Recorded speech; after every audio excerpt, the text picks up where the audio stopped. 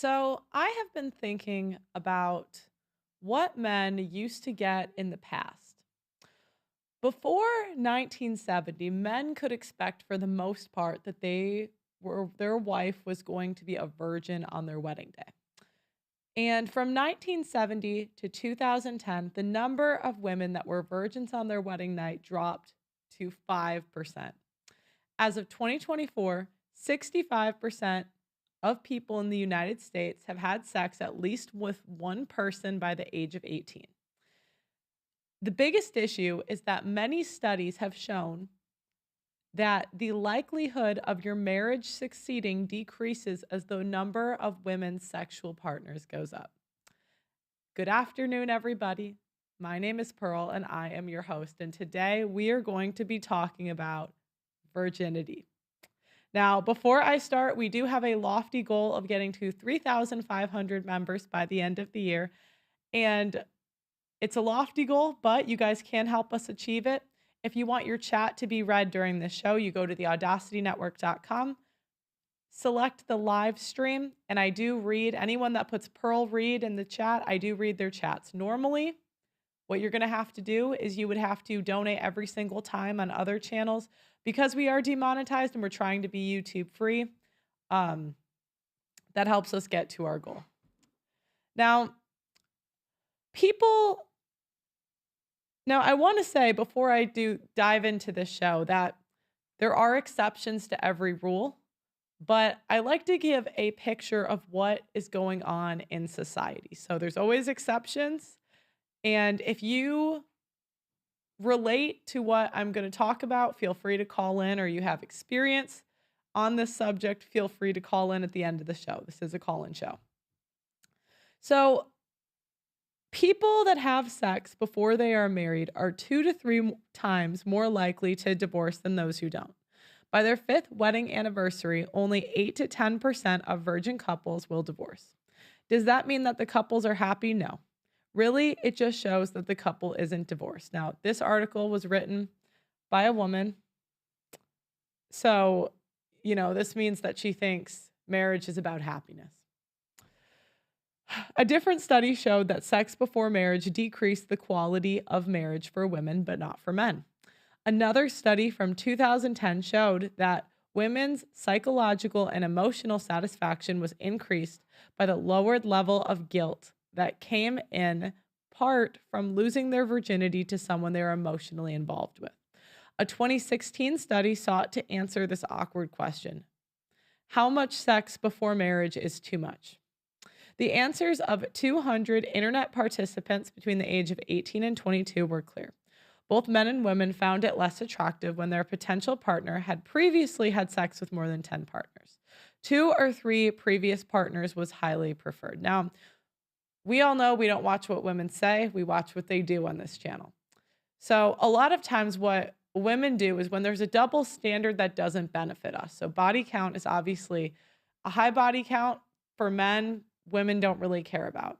A high body count for women, men care about. They will not date you, they will not wife you if you've had sex with too many people and he finds out about it. Unless you're like Adam 22. Then I don't know. But what feminists have a tendency to do is they try to make the double standard the same. And you're going to see this from Christian feminists, from left feminists, as they try to make it the same. We all know it's not. I don't even need a study to tell you that it's not. I just need to see women throwing themselves at Drake every single concert he has. And then there's some idea that this just is a special type of ratchet woman. Not true. This is across socioeconomic class, culture, and race. Individuals of both genders were more receptive to higher body counts if they had a higher body count of their own. However, with high numbers of previous sexual encounters, were less tolerant of partners whose number was too small. So that's what the studies say. So let's have a conversation about virgins. Now, it's my belief that both men and women virgins get eaten alive in the modern dating market. Let's talk about adult virgin women. You might think based on all these stats that men would want a virgin, I would put an age limit on that. I would say that most adult female virgins are strange, to say the least. Guys, you know what I'm talking about. Think about adult women that are virgins that you know. I've met enough in my life that I can narrow it down to a couple different archetypes of virgin women over, I'm going to be generous, I think you age out at like 21, 22. If you don't meet your high school or your college person that you're going to wait till marriage with, it's probably not going to happen for you, but I'm going to be generous and say 24. Generally, if women are virgins over the age of 24, they like the attention of being a virgin. Attention is currency. If they were serious that they wanted to get married, they would go ahead and do it, but they will reject all of the suitable candidates except the ones, and except instead of saying that the candidates don't make six figures, they're not tall enough, they will say that he does not lead me to God, even though that is your own problem. That your religion, what are you going to do if you get married and your husband passes away? Wouldn't it then be your responsibility to lead yourself to God? Anyways, they will keep saying that he is not holy enough, and they will shame any man that even tries. Shaming the male sex drive is super common in church culture, which is why you see a lot of men leaving the church. They do not put up with that BS. The adult virgin woman tends to spend their time with other single women in the church. They will pray to God that their husband will magically come. No work, no putting themselves in social situations, just magic. One example that I think of is Lolo Jones, and we're going to talk about that in a little bit. Instead of submitting to their husbands, they submit to the church elders. What happens when you interpret the Bible one way and your husband interprets the Bible another way? And the church elders interpret the Bible another way. Do you trust your husband, or do you listen to the church elders? If he converts to a different religion, are you going with him? If he decides to leave the church, will you follow him? More often than not, especially in Protestant churches, the answer is no. The pastor is who they are actually submitting to, or the doctrine, not the man. No man with options is going to sit and wait. So generally, they will have little to no option. Do you see Brad Pitt waiting till marriage? The answer is no. In general, most guys that have the option to not wait are not going to. They have nothing else to bring to a man skill-wise, and they think their virginity makes up for their attitude problem. They bring their virginity, and that is it. Most of the virgins do not have wifey skills and a bad attitude if they are over a certain age. They have too much anxiety around sex and what could go wrong after they lose their virginity. They're rooted in fear. They want to use marriage as an escape for their relationship burden of performance. They want the guarantee of him not leaving, when in life, nothing is guaranteed. The act of giving up your virginity guarantees nothing, even if it's on your wedding night. Christians divorce too. Everybody has a burden of performance in marriage. The other type of virgin that I see is asexual and socially awkward. The next type of female virgin I see is lying. They are not telling the truth. They're not actually virgins. They get around this by maybe technically being a virgin, but they've blown like 5 guys. They did anal. They were fingered. I mean, does it really count if you gave 3 guys blowjobs? Let me know in the chat. You know, smart men are not going to believe you over a certain age. Only naive men will. No woman wants a naive guy. I went to Catholic school, and believe me, I have seen women do their workarounds firsthand. They will do everything else and still call themselves a virgin. I'm not saying that's right or wrong. Everyone has a right to do what they want with their body. However, over a certain age, the purity doesn't really count like it used to, because there's no guarantee. They have no relationship skills, and they don't have the talent to keep a attractive man interested. Women that are virgins have never had to deal with phase 2 of a relationship that happens after sex, and is important, where it is important that you are likable. Virgins think they are somehow a good person simply by the fact that they are virgins. They don't put in the work to be a likable girlfriend. What's better, a bitchy virgin or a nice whore? 12, they are fat or ugly. The next, they think they're traditional because they're a virgin. But you can't be traditional in this culture because the woman will always have the upper hand. They want the benefit of a traditional marriage without the responsibility of being obedient to their husbands. There's the Instagram virgins, which will settle for nothing less than a millionaire or billionaire. They use God for clout, to build a brand, and to marry rich. They have no interest in serving a man. They would rather have a man as an accessory, not somebody to obey and start a family with. Okay, so I pulled up some TikToks and I'm going to go through which type of virgin they are. Here we go.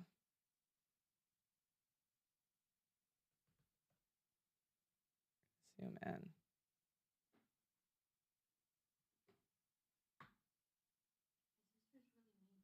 Oh, my bad. Where did it go?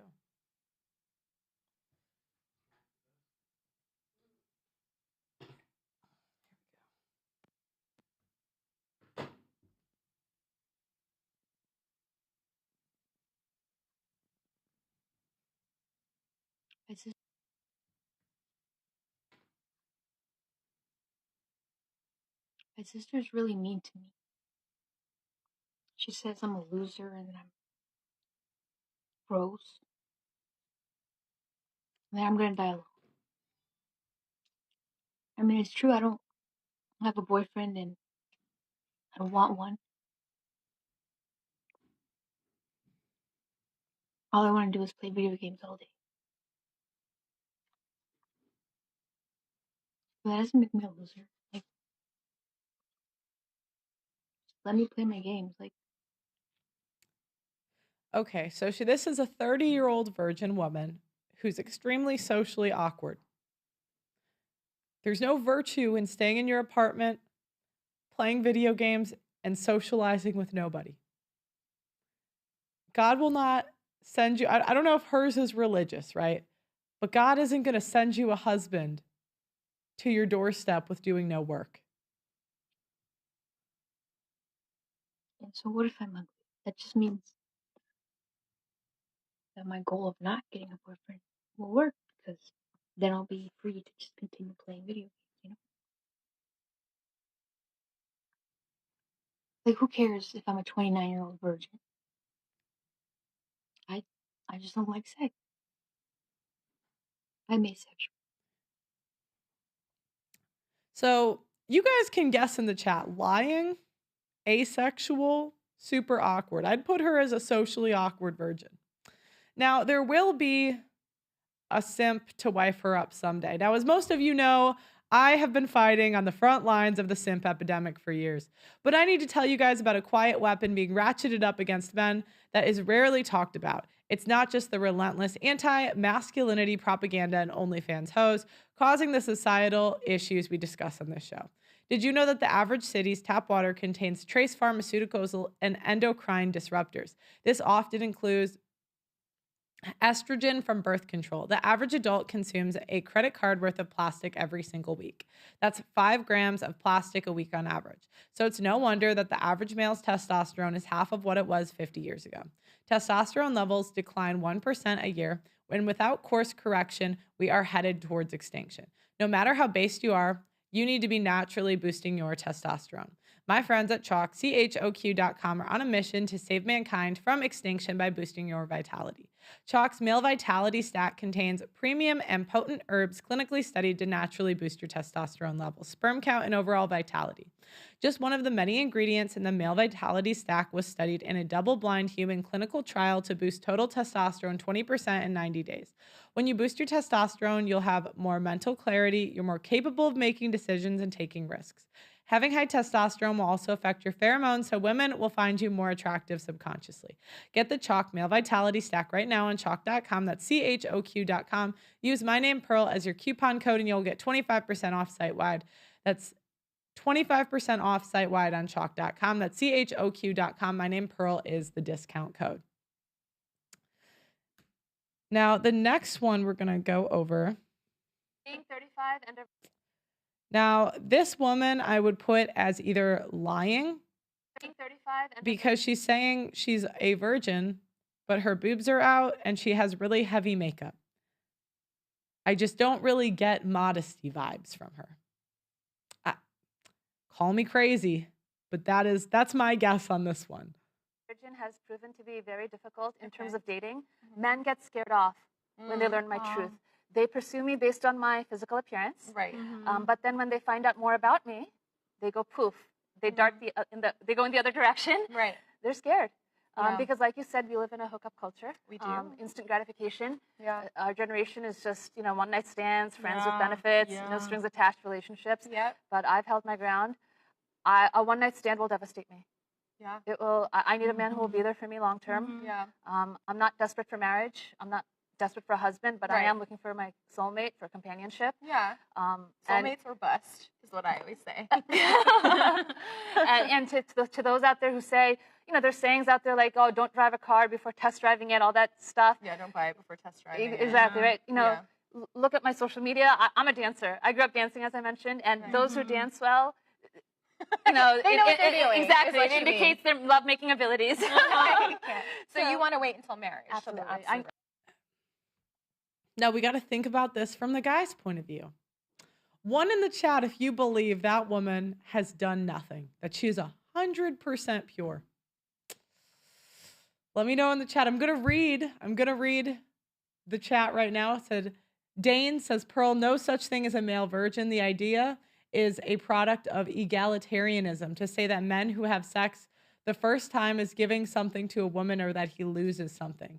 Think about it logically. If a male gives his virginity to her and she gives her virginity to him, do they both still have their virginity? Do they cancel the other out? Virginity is valued by men because of paternity and because men are territorial and protective of property. That gives virginity value beyond simply a physical act like sneezing. Male virginity is a creation of feminists in the Protestant churches. That's not to say that premarital sex for men before marriage isn't a sin, but he's not losing his virginity. What I taught my daughters was that purity and virtue were more important than the concepts of virginity, and that merely abstaining from intercourse didn't really do what Scripture called women to do. Scripture and even non-Christian men value purity and virtue in a wife more than the absolute question of has she had a dude inside of her hoo-ha. Glenn says she may never had a one-night stand, but she had a boyfriend for one night and his name was Stan. Dane says a woman could be a stone-cold virgin 100%, but covered in tattoos, drinking, dressing provocatively, cussing more than a redneck who finds someone in his deer stand and they aren't doing it. Okay, the next one we have is a 30-year-old woman. Now this I would put in the socially awkward category of virgin. So let's make sure the sound is up. Okay. How to find someone because I'm almost 30 years old and I never had sexual experience or anything with a man. And people tell me that I have this masculine energy and I want to know how to get out of it. So here's what I always tell women how you can start small, especially my women who are hyper independent. You grew up in an environment where you had to take care of yourself. There was no one there for you to care for you, so you had to survive, right? So you're right. Living in that survival mode. So I say start simple.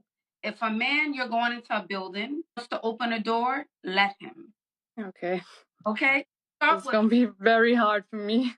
No. Don't let it be hard. Let it be simple. If you are going into a department store, if you're going to a clothing shop, you can't reach something or a guy says, I'll help you with that to your car, and he works in a store, allow him to. Start small. Work on little things. Wear a little bit of lip gloss some days. Put on mascara. You don't need a full face of makeup. Wear your hair down. Put a little something. So I've noticed with femininity coaches, it's always let him do things for you and put on makeup and hair. It's never about, because when you think of really feminine women, like when I think of the women I knew growing up that were the most feminine, none really cared about makeup, none really cared about hair, and none were really focused on what men could do for them. They were focused on serving their community and serving the people around them. So you guys know the feeling, like when you go to your grandma's house, she's got food ready. Ours had some cookies. It was real nice. We're gonna frost hundreds of cookies every Christmas. Yeah.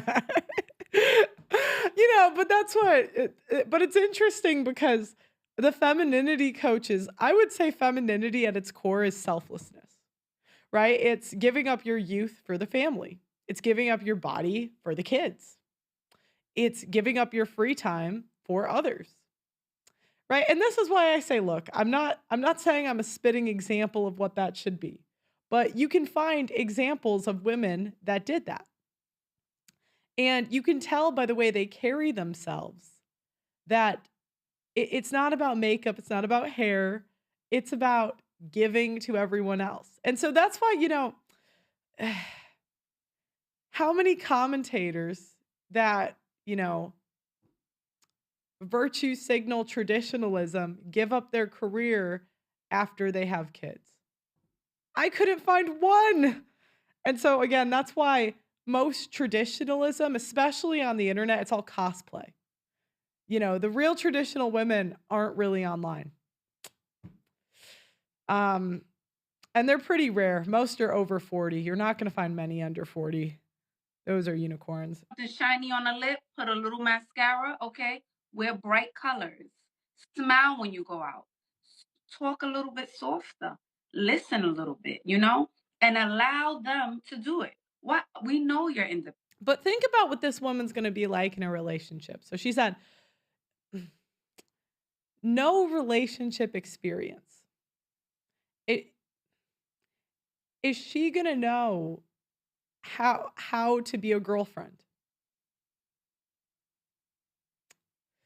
And why would a guy, there's a certain age where it's really better for women to give it up.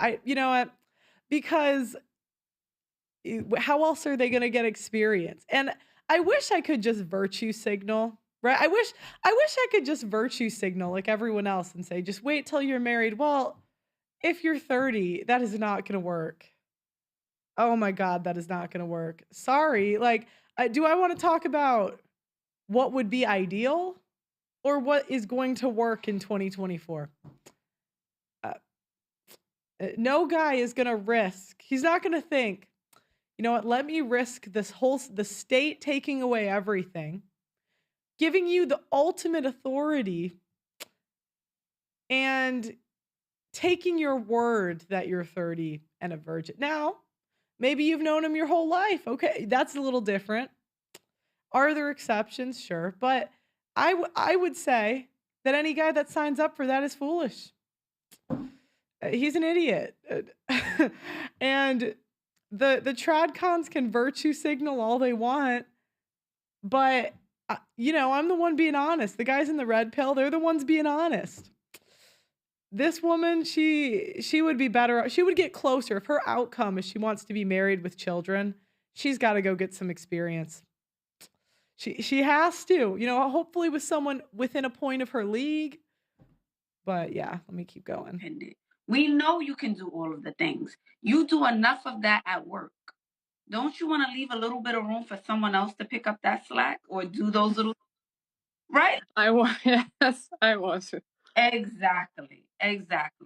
When you go out, even if you are going to the store, the grocery, wear your hair down, put a little gloss on, wear a bright color, say hello. If you see someone, hello, how are you? How's your day? That is wonderful. This could be men or women. Start there. Okay, let me keep going. The next one we got, I would put this woman as lying. Don't believe it. do not believe. Oh my God, I love this. Because you got to also look at who has the woman been around. Now, if the woman's been in a Protestant church where 90% of the guys are simps, I've been in one. 90% of the men, their wives run the relationship. You ask, where do the kids go to school? Where she wants. Do they interpret the Bible how he wants or how she wants? Yeah. They're nice people, but I've lived this. Nobody can convince me otherwise. Now, this woman was in Hollywood. You're telling me nobody in Hollywood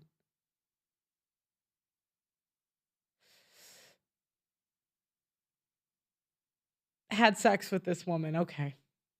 This is the most original guest we've ever had on. And what are you, 39? I am. Oh my God. That dam is gonna break one day, baby. And Baby, let me tell you right now. People were like, oh, you know, I was like, pray for him. Whoever he is, y'all need to pray for him. You get a lot of pent up energy up in here.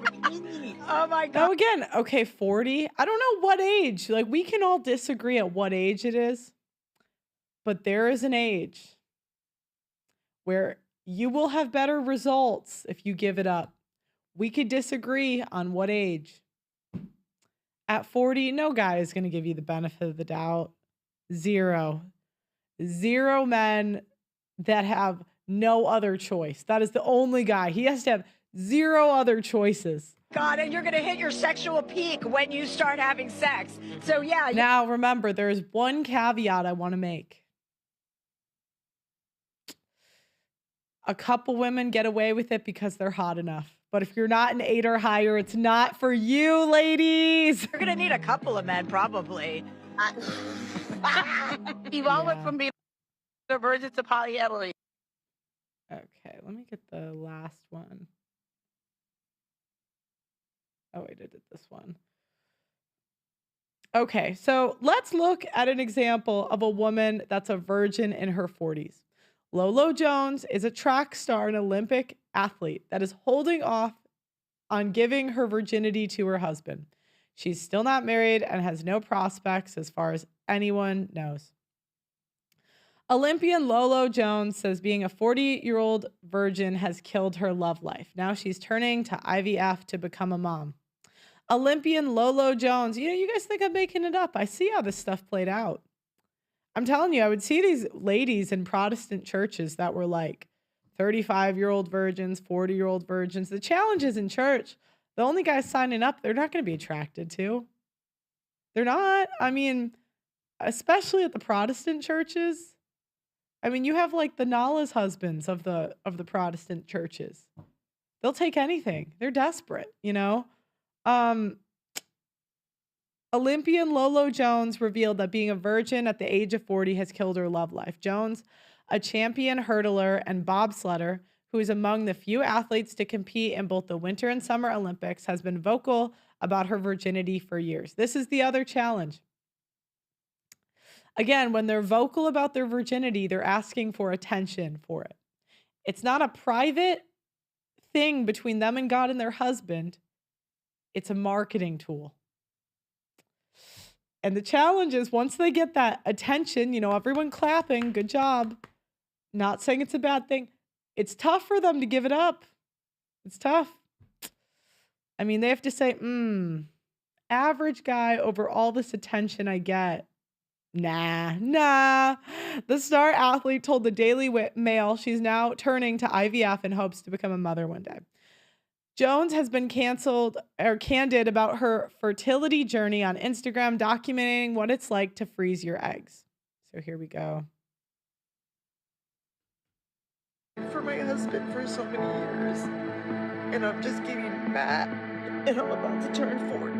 There's a lot of stress on me. This is insanity.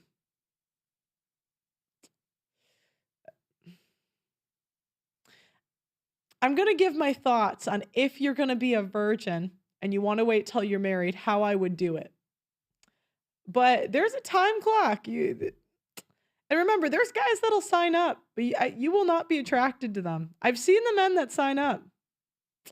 When which is totally fine. I'm not, just don't divorce him later because you're bored. I mean, that's fine. Sign up. Do not divorce him later because you're bored. Okay, let me keep going. Me right now. I'm the only one that's going to be honest about this because everyone else is going to virtue signal. And it's a lot easier to virtue signal. It's so much easier to just say, you know what? Wait till you're married. And that's the best way to do it. Young. Under the age of 22. After 22, you might get a church simp to give you the benefit of the doubt. But I've seen how this plays out. I know it's all you've got to just be strong. And it's a fight just to keep it together. During your pre-treatment Together. panel, which is your annual screening. I know you think that you are too far. Blood work came back normal. Hormone levels are normal. So we're gonna proceed Hope is never with lost. the process of. Aren't Christians against IVF? Yeah, I know. It's like pick and choose. This is how at this point, I think she should have just been a nun. The Catholics have a solution for this. Look, ladies over a certain age, it's just not for you. You're either too much of a whore or it's just not going to happen. Cover up forever. Here you go. Let me keep going. Building these eggs.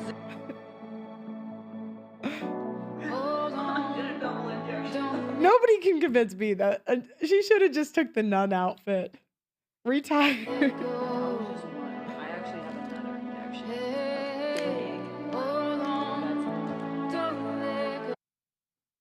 But it's like for years, she's put all this pressure on finding this perfect husband, and they don't help in the church because, look, when I was in high school, they would give us like chastity speakers. And it's so crazy because if a woman does anything sexual, she was just broken. But if a man does anything sexual, it's always like he pressured you into doing it.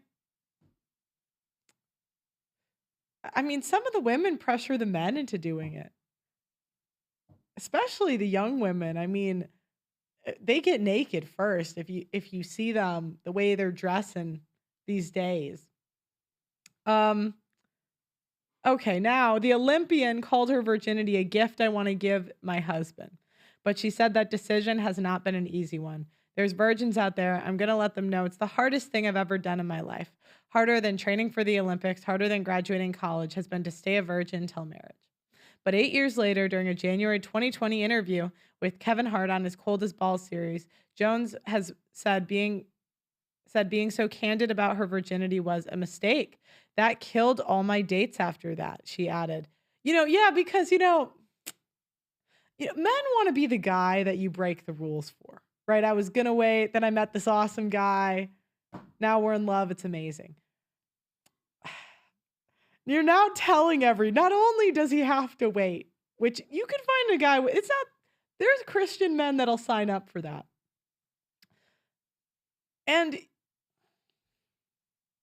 But you're now telling everybody that he's not the guy you're going to break the rules for. Not only does he have to do it, which guys will, it could be a private thing between the two of you. Now it's a public thing for everybody. So, okay, so that killed all my dates after that. Before, at least I had a chance, but I'd like tiptoe. Okay, when's a good time to tell him? Do I wait until he sees my personality a bit, or do I just drop the bomb? Jones told Hart that she believed being a virgin and also put her at a disadvantage in sports. Having sex actually helps you as an athlete, a female athlete. So I'm running at a disadvantage.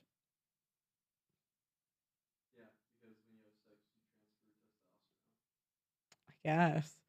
Okay, when Jones has had, I wonder if the biggest whores in our team were the best. Sorry. Okay, when Jones had an impressive career that now includes 3 Olympic appearances, she told the Daily Mail that she's now focusing on peaceful things in her life. Right now, I'm currently gardening, she said. I know it's super weird, but I'm trying to do things that are peaceful. I tell everybody I'm on a day-by-day plan. I'm on the Tom Brady retirement plan before he actually retired. So now imagine a woman that wants to get married. Look, she's going to do whatever it takes. So let's say if she really, what she's reconciling with is she does not like men that much. She doesn't. She wants to be single. It's the same way fat people, how they want to be fat. They do, because they like food more than they like working out and eating at a calorie deficit. Their choices show what they really want. If she wanted to be married, your ego goes out the door. You say, look, I'm going to download Hinge. I'm going to start approaching men in public. I don't know if you've seen like stories of women that have hunted down NBA players, but there's a guy that came on our show that said he dated a woman. I mean, she was a major whore, but what we can learn from this whore is that she went for what she wanted, right? So she wanted to sleep. Her goal was to sleep with all the men in the NBA. I don't know. There was some man she wanted to sleep with, or probably multiple. Some were married, some weren't. She would go to the home games. She would research the players, figure out things they like to talk about from interviews. She would go to the games, rent a hotel. They figured out where the players hung out, because I know there was some team stuff that they hung out without their wives. Now, this woman slept with like half of, it was either a hockey team or an NBA team, but she hunted the man. She wanted it. But women are willing to hunt down men to be whores, but they're not willing to hunt down men to marry. Isn't that crazy? like if she wanted to be married, okay, let's say she wants a doctor. We could do any profession. Any profession has groupies, right?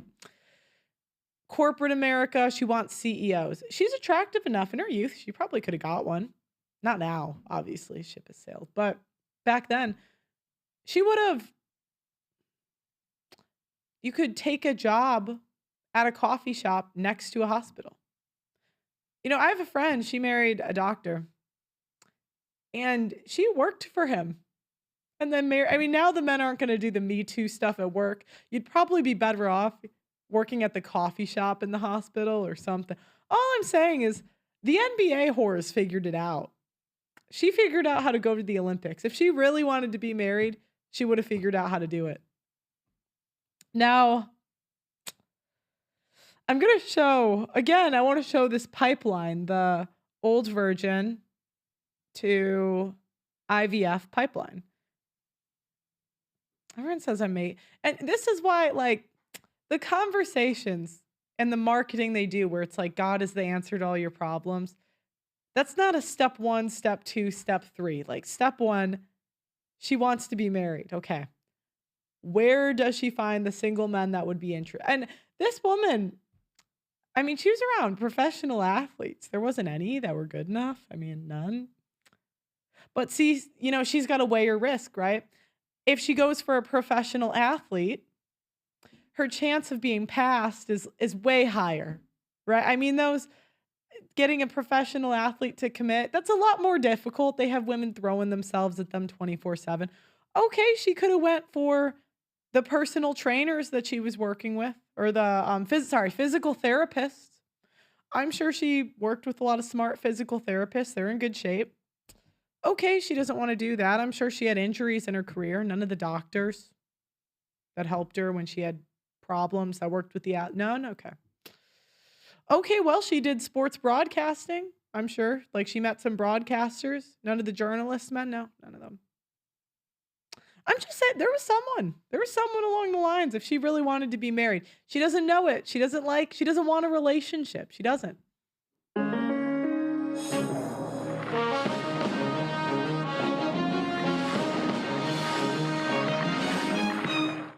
Lolo, you've told the Twitter sphere that you're a virgin. Yeah. Hands were shaking when I did that. Now, what would I give her? Why do you say that? Why do you want people to know that? I mean, I just don't believe. My producer says I'm harsh with the ratings. I'd give her an 8 or higher. Would you agree with that today? 8 or higher. This is an 8 or higher. This is an 8 or higher, sorry. I just, I want to wait till I'm married to have sex. My mom, she was my dad for 20 years. They never got married, and they're not together anymore. So I just want that. See, again, this is the psychology. She thinks all she has to do is get a ring, then I will be married for life. That is a, if I get the ring, now he can't leave me. Well, legally makes it pretty tough. But it's to get rid of the burden of performance. I'm going to show you guys a virgin that pulled it off, and she pulled it off with a billionaire. Some do get the happy endings. And we'll talk about the difference, okay? They said 8 or higher at 40-ish. She's not 40 in this clip, all right? This is an old one. I want to have... No, she's not a 40 now. That solid or sorry, bond. she's not an 8 now. It's just a gift I want to give to my husband. So, wow. But please understand, this journey has been hard. Okay, so think about this. She's on HBO Sports. She's getting these interviews. She's getting all this attention for it. Is she going to give that up? Hell no. No, she didn't. I'm not... Or if there's virgins out there, I'm going to let them know. It's the hardest thing I've ever done in my life. Harder than training for the Olympics, harder than graduating from college has been to stay a virgin before marriage. I've been tempted. I've had plenty of opportunities. I don't doubt that. Yeah, well... Now ask yourself, objectively, take religion out of this, please. Please take it out of this. Would she have been better off taking some of those opportunities and going for what she wanted? Okay, so clearly none of the Christian men that approached her she liked. She didn't like him. Now, I'm just saying, objectively, this woman does not want to be with a Christian guy. Because if she did, so she's only attracted to the non-Christian men. Would she have gotten what she wanted if she said, you know what? I'm going to break the rules for this guy. I'm going to go for it.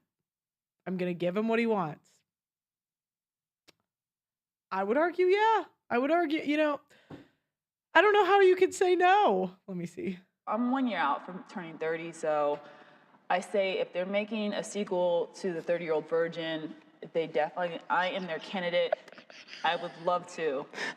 I'm a little bit awkward like Steve Carell. I could definitely play that role. People are going to find this very hard to believe. It was cute. Like when I was 22, 24, it was cute. Like, oh, I'm a virgin. That's. See? She's agreeing with me. You age out. It's cute. 24 to 29, it's not cute. Like you get judged a lot. A lot of guys won't return your calls after they find out. Here's the two things that happen when you tell a guy you're virgin. And this is the honest truth. So one, you tell them, they say, oh, okay, I respect that. But you can already see it in their mind and in their eyes that they're like, she's lying about this, and I'll crack it. So after we talk a month or so, or, usually a month to 3 months, then they're like, oh, shoot, she was serious. Time for me to exit. When I put together your whole life and what you've been through, and I'm telling you, man or woman, they will get eaten alive in the modern dating market. They will. It's just not going to work.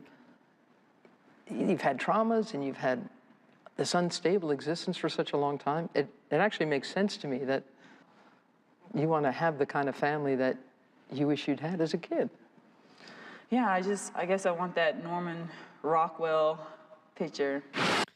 Now, had she given it up, she might be a parent now, because life doesn't slow down when you're a parent. Between late night feedings, work stress, and just trying to find a moment for yourself, sleep is the first thing to go. But here's the thing, poor sleep doesn't just leave you tired, it affects everything, your mood, your focus, and even your health.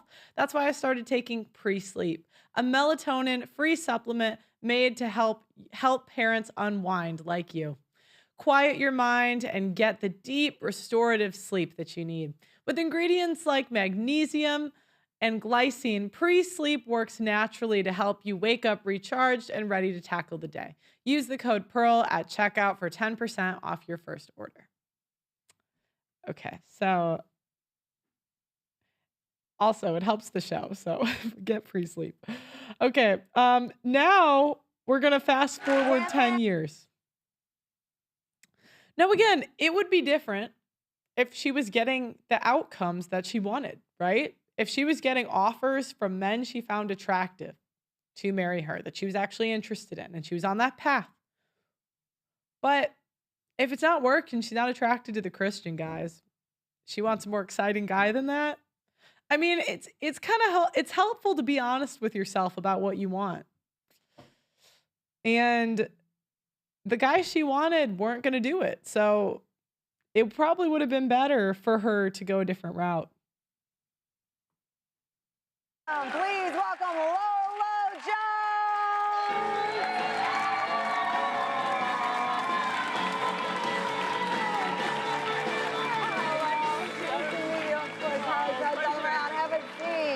Thank you. Well, you had us, I mean, my whole team, everybody's like crying and rooting. I wrote you a card saying, I rooted for you on the track. I'm rooting for you on this journey. When you look at yourself in those moments, is it out of body? Does it feel real? Or are you like, wait a minute, am I sharing it all with these people? I was like, what did you just do? I don't know. I think I just had a breaking point. Now, she's a bit socially awkward, but I don't think she's socially awkward enough that I would put her in the socially awkward category. I wouldn't.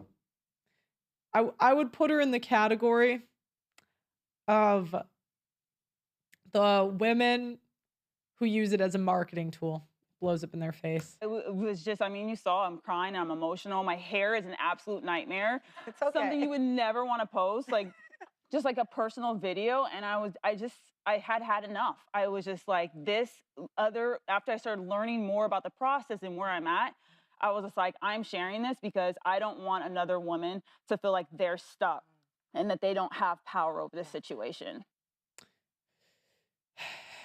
Better power would be to start giving it away.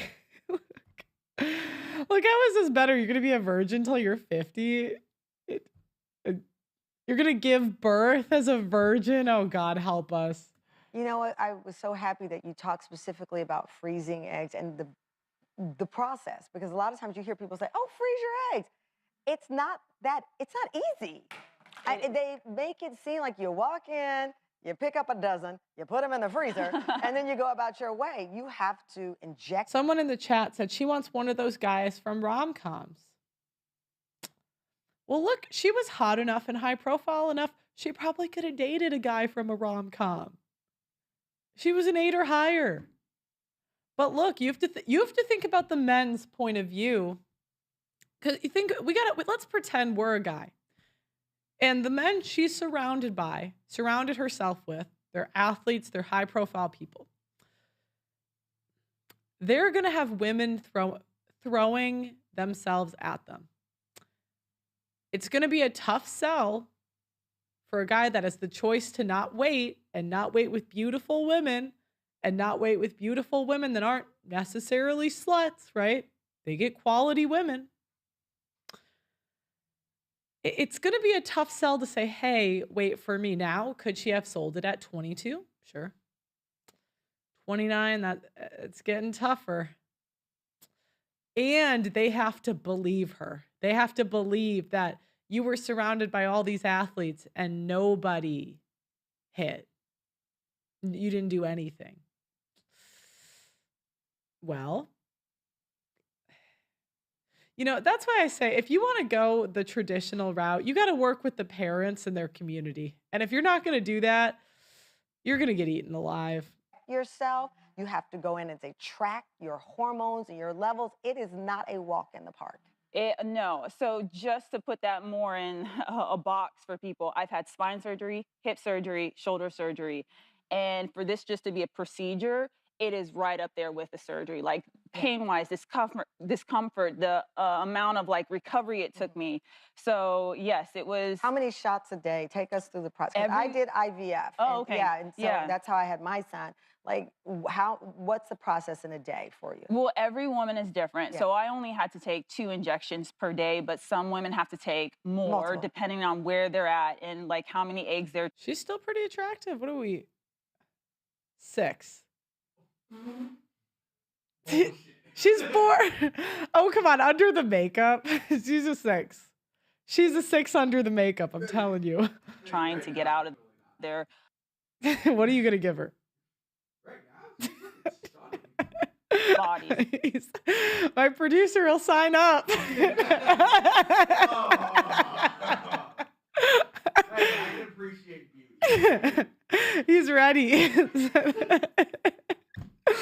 He doesn't care. Love has no age. So 2 is light. I was grateful for 2. And also the days you take it depend on how fast your eggs are growing. So my eggs started growing quite fast. And so I only had to take injections for 11 days. 11. Well, that's still a lot. I mean, still a lot. Like They think she has Asperger's in the chat.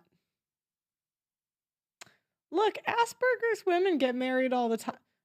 You guys can tell me if you disagree. I do think she's a bit socially awkward. But she's hot enough.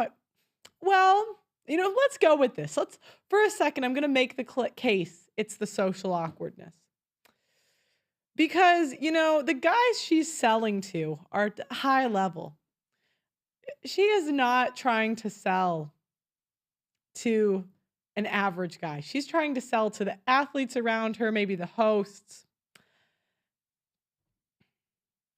Men like that are not going to be in those positions, generally speaking. Maybe a couple athletes, but in general, unless they're somewhat socially competent. I think the men she would go for, which would be in entertainment.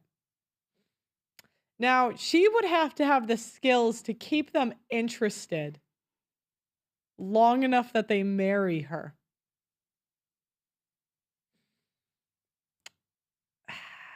She's pretty attractive. No, I still think there would have been maybe another guy that would sign up. I don't think that's it. I'm going to put it, she liked the attention. You let me know, you know. You're getting bruised in the stomach because you're trying to rotate where you put the shots at. You're getting bruising, and you know you're hormonal. You're injecting hormones. And the tummy thing. So I had to, you know. Luckily, my husband was there. Even Johnny. This is a fun story.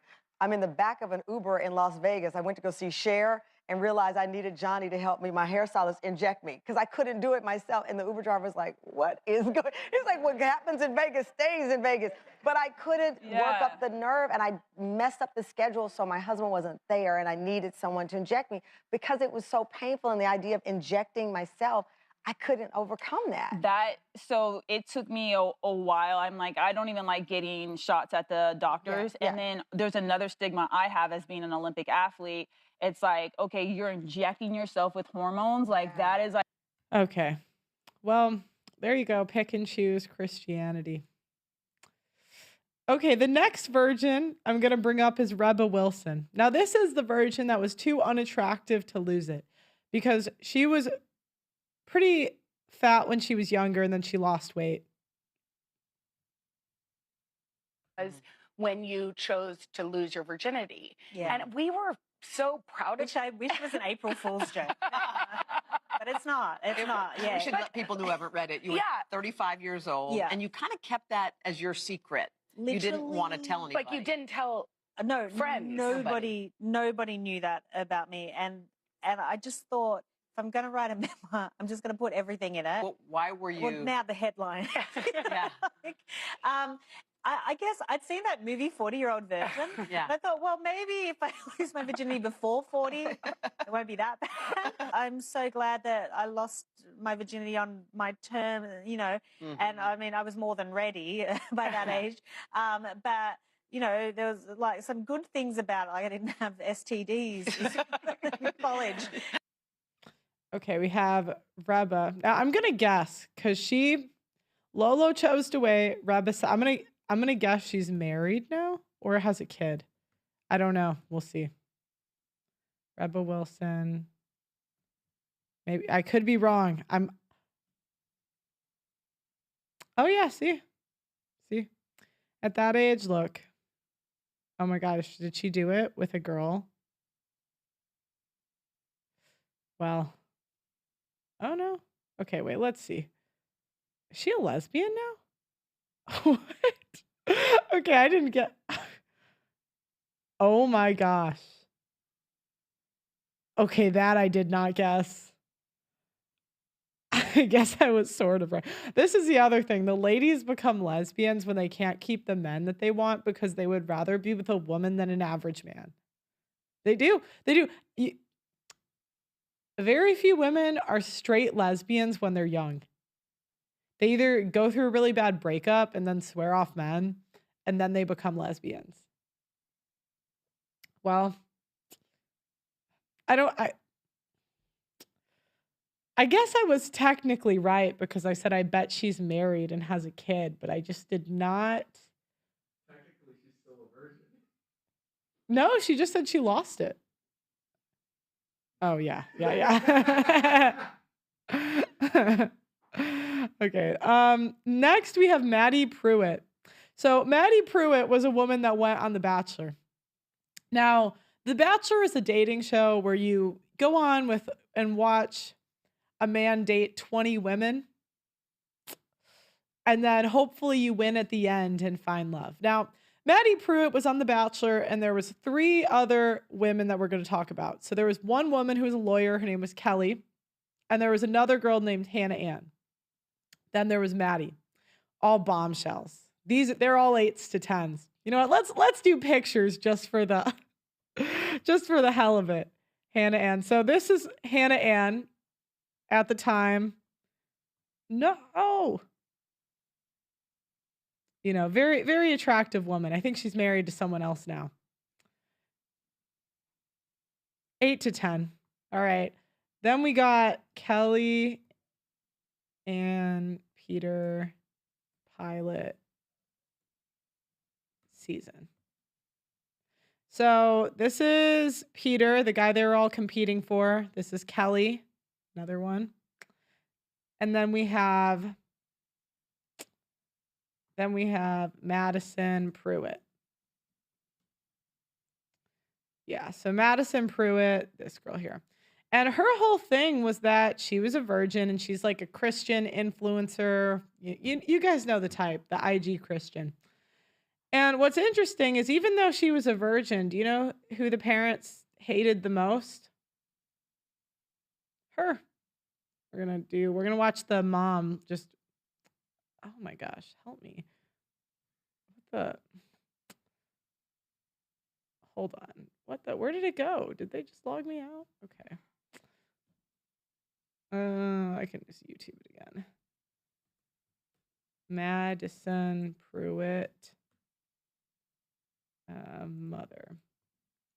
So at the end of the season, Peter kind of was a dog. I won't even lie to you guys.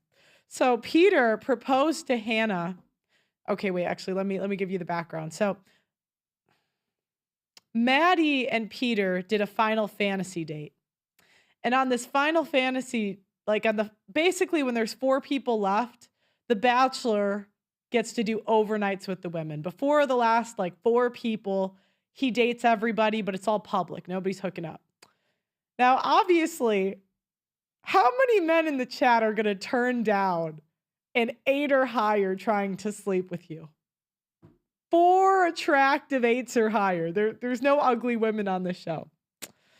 And she got really pissed because he slept with someone else. But you went on the show and the lead always sleeps with somebody else. So she basically went on and said, I am so special and awesome that he has to turn down all these other women and exploring these other women for me. I'm not delusional, right? I mean, come on, what do you expect? So Peter, dinner, finds out, sleeps with other women. Okay, so, and she makes it this whole dramatic scene. Now, mind you, she's in her mid-20s at this point. She had a boyfriend for 4 years in her early 20s. Do we believe that nothing happened in that relationship? Now, again, this girl did win in the end, and I'm going to show you guys. Some virgins do pull it off, but she's pretty attractive. She's an 8 or higher. And she's not super awkward. To like put myself in your shoes. Just don't like, I don't know how to like let go of like the things that I need in a relationship. Like, I don't want to feel like a bad person for like the standards that I have. I know, but like I'm so proud of who I am and like the choices that I've made and like the standards that I have. And it's been so freaking hard in this because like I've had to look past a lot of things. Like, no, I'm not okay with the guy that to be kissing other women. Like, but Why are you here? Why? Okay, like, it's like when women date athletes and then cry about being cheated on. That's what you signed up for, honey. I don't know what you expected. Or celebrity men. I mean, like when Brianna Chicken Fry was crying about getting cheated on, what did you expect? He's obviously going to cheat on you. So you're going to go on a show where you sign up, read the rules. It says, I'm going to date 18 women. Every other bachelor has slept with multiple women during fantasy suites. I mean, men don't even know if they like you till they sleep with you. Post-nut clarity is a real thing for the fellas. So, you know, he's not a religious guy. You know, I mean, it's one thing if he's a This is the modern dating. Anyways. Now, let me keep going. I've fought and I've gotten here and I've gotten to this place and it's like I've sacrificed a lot and I've compromised a lot and I've really pushed myself in a lot of ways that I wouldn't normally for anybody else. But you're worth it. And I'm fighting and I'm still fighting. But this is one thing that that's why I voiced it to you.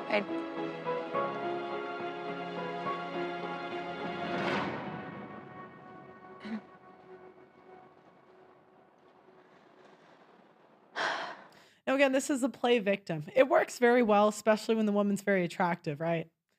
I got no sympathy. Not over here. Not me.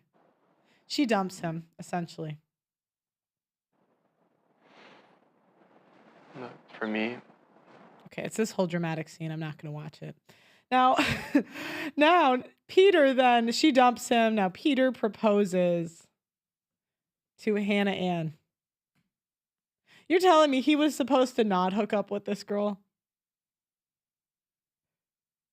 Hold on. I know when I had to give out that first impression rose, it was never a question for me of who I was going to.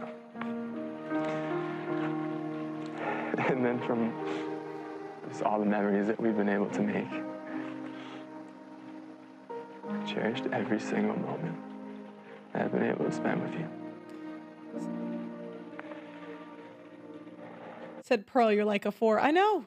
I don't get cast on these shows. Your life outcomes, they tell you. These are 8s or higher. I know the women that can live off of their beauty. These women don't have to work. Follow my heart. This whole dramatic thing. So, Madison, she actually left 2 days ago.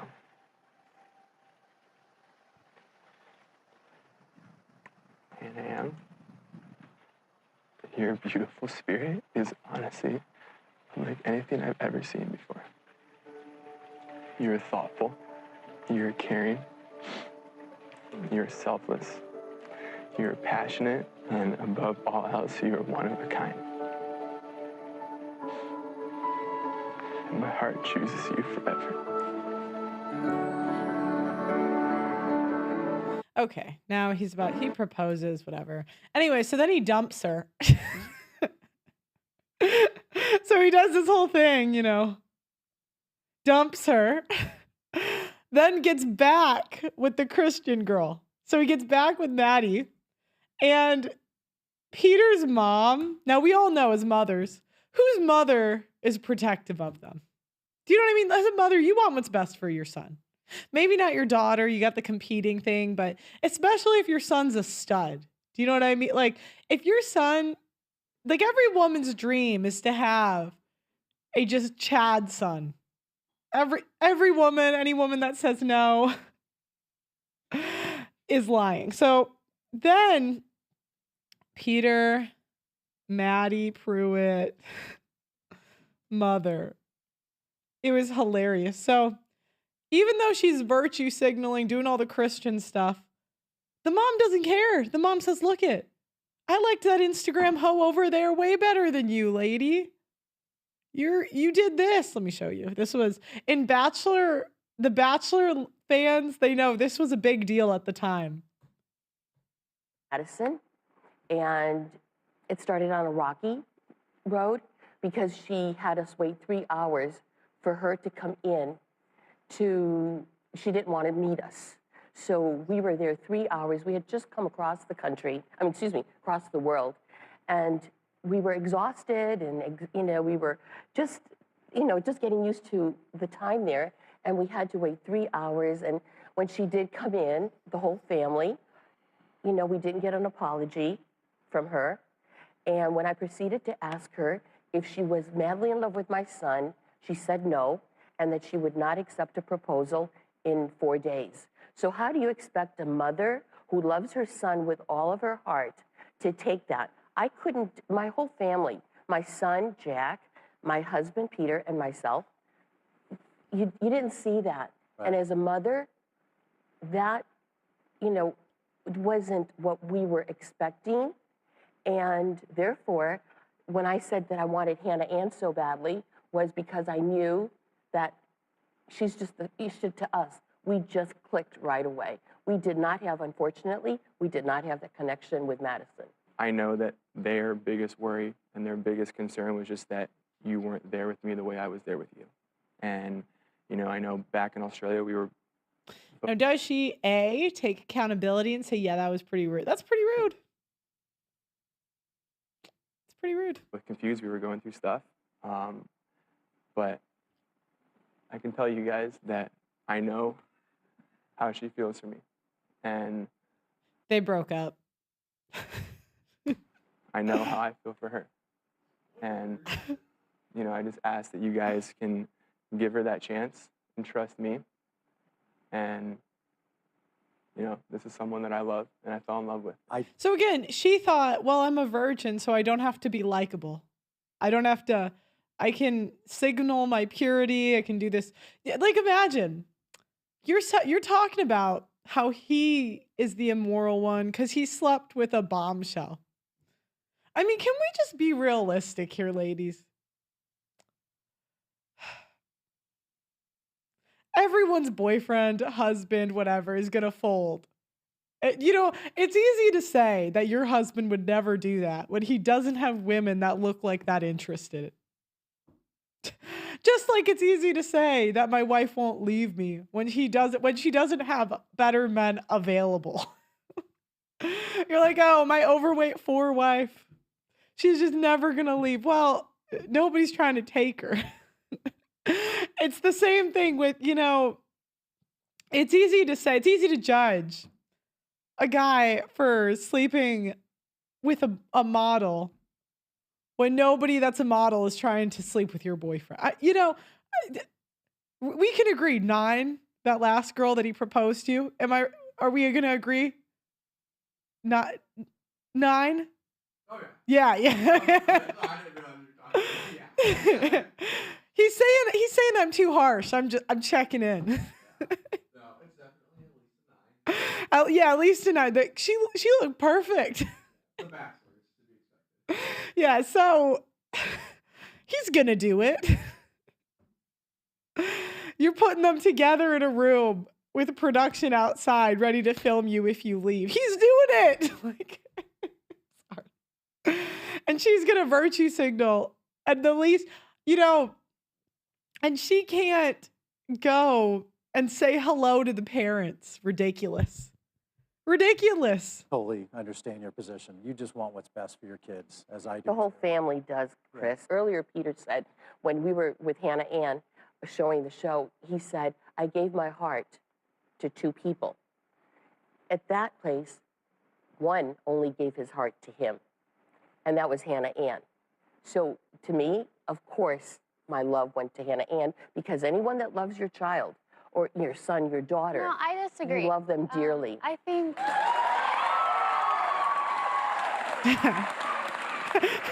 I think this isn't just Peter's journey. You know, when you sign up to come on a show like this, you're looking for love too. Now, where was the humility? Where was the?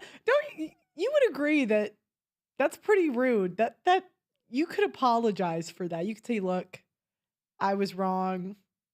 No. This wasn't just Peter looking for his wife. I totally understand, you know, as a I love as this a mother, mom. like you are gonna obviously, you know, be thinking about Peter. But also this is my journey too, and this isn't just Peter choosing. Ladies, just so you know, if a guy looks like this, he has women like this available, and like 20 of them. Just so you know. This is me choosing Peter, and Yeah, what'd she do? Make it about me. So I hope to be like this one day with my son. I would do the same thing. I think it is important that you guys find your space and find your love, but obviously family's important. It's massively important. Yeah, all the women on this, I said 8 or higher. They all do live off of their looks. They're all pregnant now. So, by rich men, all of them. Barb, how do we turn the page and give Actually, I think Kelly might not be. Sorry, guys. this a shot together? Chris, he's going to have to fail to succeed.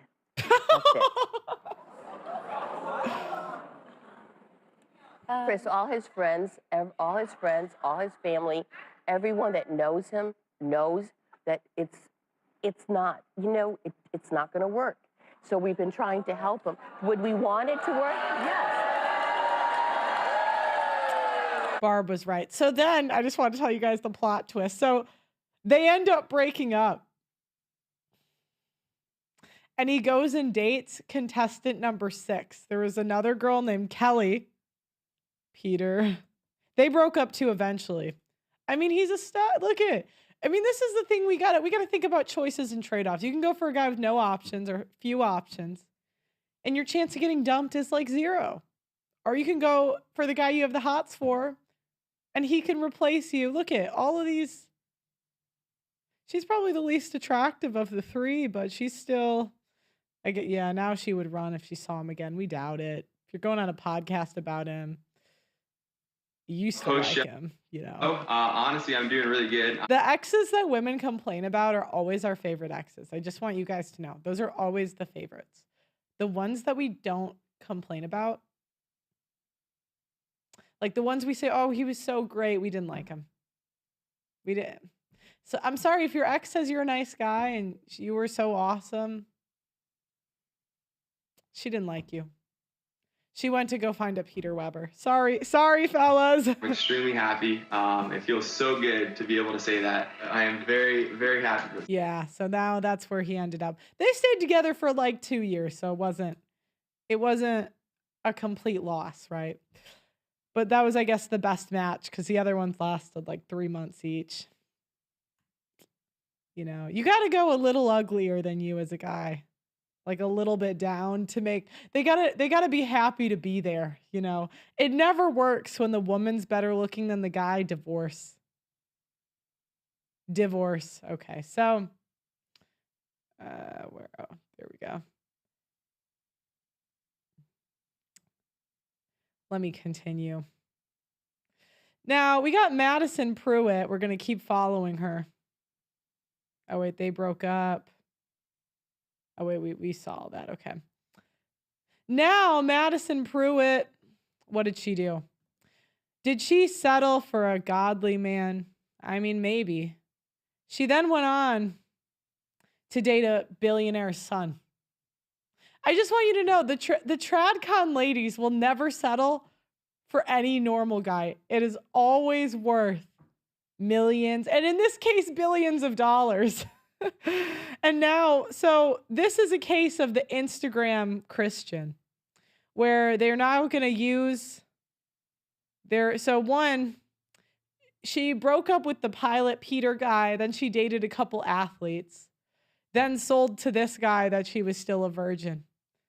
I mean, you guys can see, like, I mean, she was like 27. Now again, but she did sell it. She did, but she had to go down in looks, right? He's still attractive. I'm not saying he's unattractive. Like, good looking guy. But who's better looking? Who's the, you know, that's out of order. The guy's got to be the, here. Have to tell me, and she did. So she can't lie. She's an honest person, and she came. Yeah, and so now they do the whole Christian marketing thing. And he's got to live a life of using his relationship for brand. Good luck. Anyways. Now, let's see what else we got. Now, the thing is, the Christian influencer Christian, one, they use the religion for clout, and if they could not virtue signal, they would not be Christian. They wouldn't. If they could not market and profit off of it and use it for social media, they would not be there. And they will only accept hundreds of billions of dollars. Now, I think that's all we got for today. Now we're going to I'm going to message the woman that called in yesterday. Okay, you can call in now.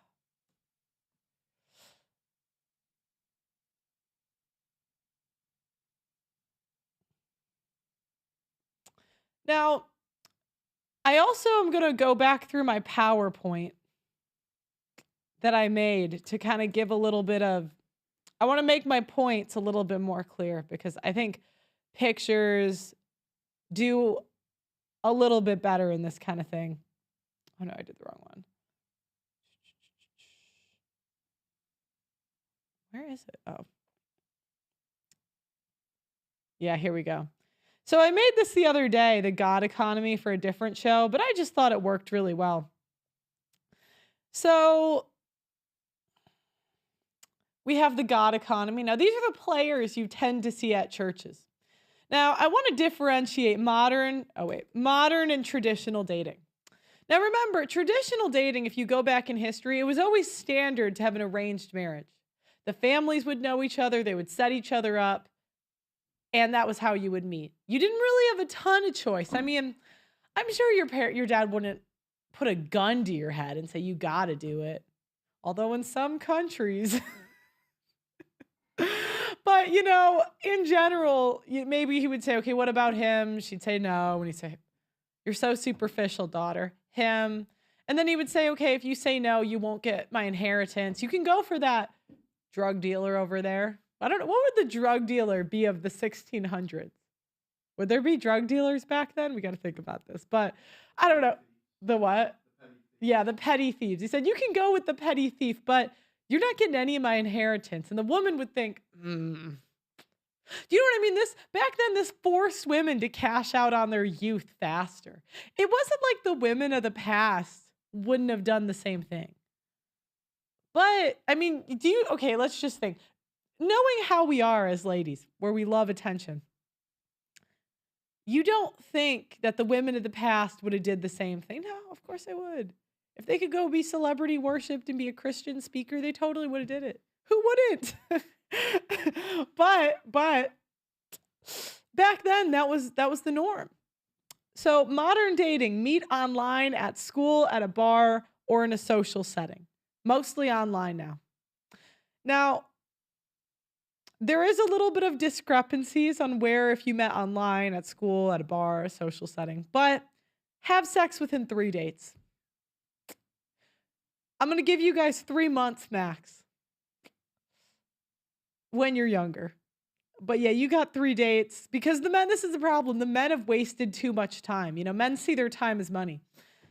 And they have put, you know, it's not like they're trying to do prostitution here. Like they know, they want you to want to be there.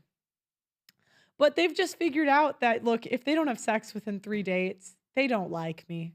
They're gonna string me. She's gonna string me along for 3 months, and I'm sorry, none of you are hot enough for this anymore. If I'm not getting sex out of this, I'm not doing it. Now, then the situationship for a couple of months, up to a year. Some men will say, you know, you got to wait a year. If you stick around a year, then you can be mine. Because, you know, the men have had problems where they brought a woman into their social circle, right? Men are very solution oriented. So they've brought a woman into their social circle and she ruins his life. You know, they break up. She decides to talk bad about him. And the thing is, the more she likes you, the more she's going to do this. Again, if she says, you were such a great guy, I bet she dumped you. I bet she did. Sorry, fellas. Don't shoot the messenger. I'm just being honest here. So, situationship. Now, how long the situationship is going to be is how long he's been hurt.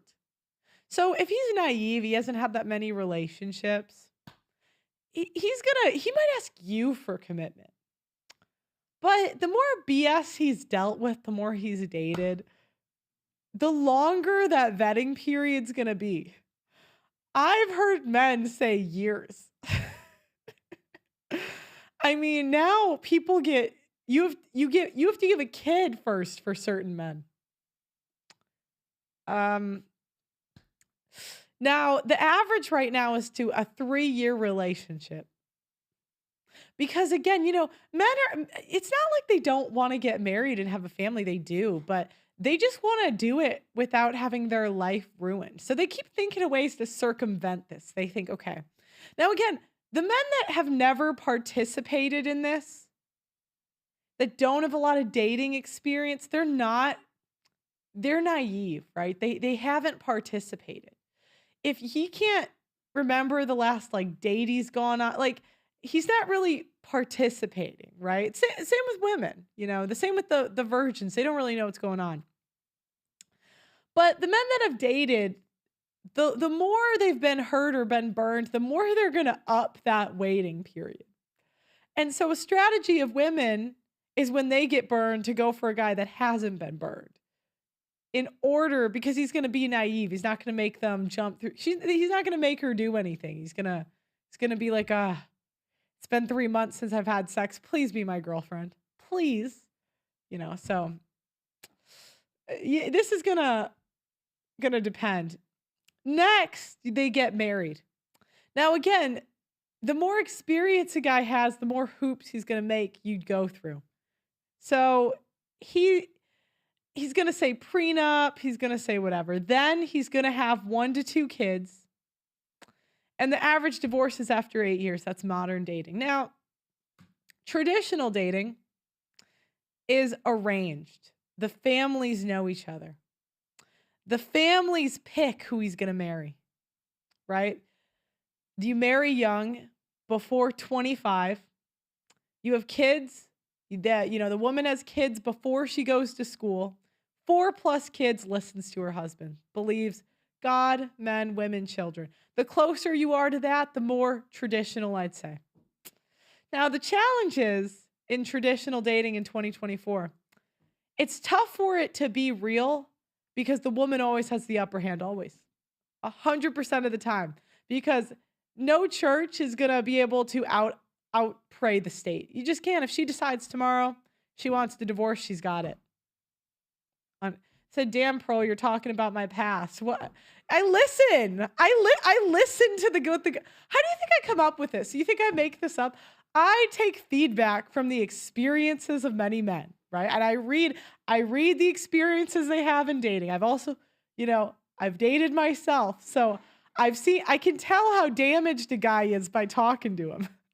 And the more damaged he is, I'm telling you, the longer he's going to make you go through more hoops. So this is more so in Protestant churches, but this dynamic is everywhere. The 80-20 rule applies. We have the pastors, guys in the bands. These are the pimps in church. They sleep with, everyone knows the guy that virtue signals God, but he's sleeping with everybody. I'll tell you the story. There's a guy that came on my show, And the whole show, he was talking about how cheating was wrong, right? And how degeneracy is awful. This red pilled me so much. He was sleeping with 3 women on the show. 3. Because the women would talk to me. And I'm like, did he? And I never want to be a jerk. Like, I'm never going to say names. I'm never going to call anyone out. But do you know what it's like arguing that all men cheat? And knowing something about somebody and not being able to use it because I'm not an asshole. Do you know, because we're debating, we're saying the cheating thing, you know. Do you know what that's like for me? I can't, whatever. So then you have the future hoes. Again, I don't know these women personally. I'm not saying they'll actually do it, but I'm saying we're going to pretend these are the archetypes. So these are the women that obviously don't listen to their husband. They backtalk to their husband.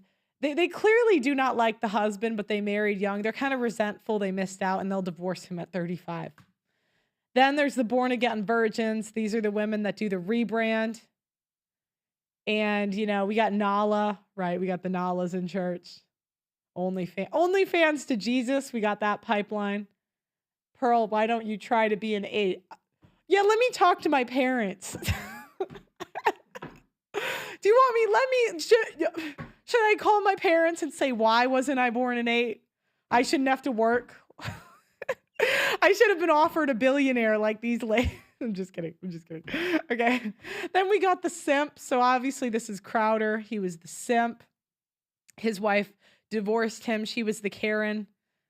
And she took everything, ruined his life. Then you have the church elder simps. So these are the church elders that will back anything the woman says up. So if the guy's watching porn, they'll say, oh, what an evil man. And they'll never ask if the wife's sleeping with the husband. So they'll be like, wait, she hasn't slept with me. And he's like, well, you probably should have made her want to sleep with you. And he's like, huh?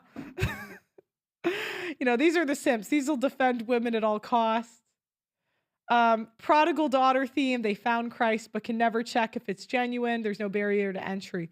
Simps, they make money off of Jesus and in conversion stories, and they need seats in the church filled, right? So the more conversion stories they have, the better. So they never really check if they're true. They're like, no, this sounds amazing. This is great for my religion. You're exactly like the Apostle Paul.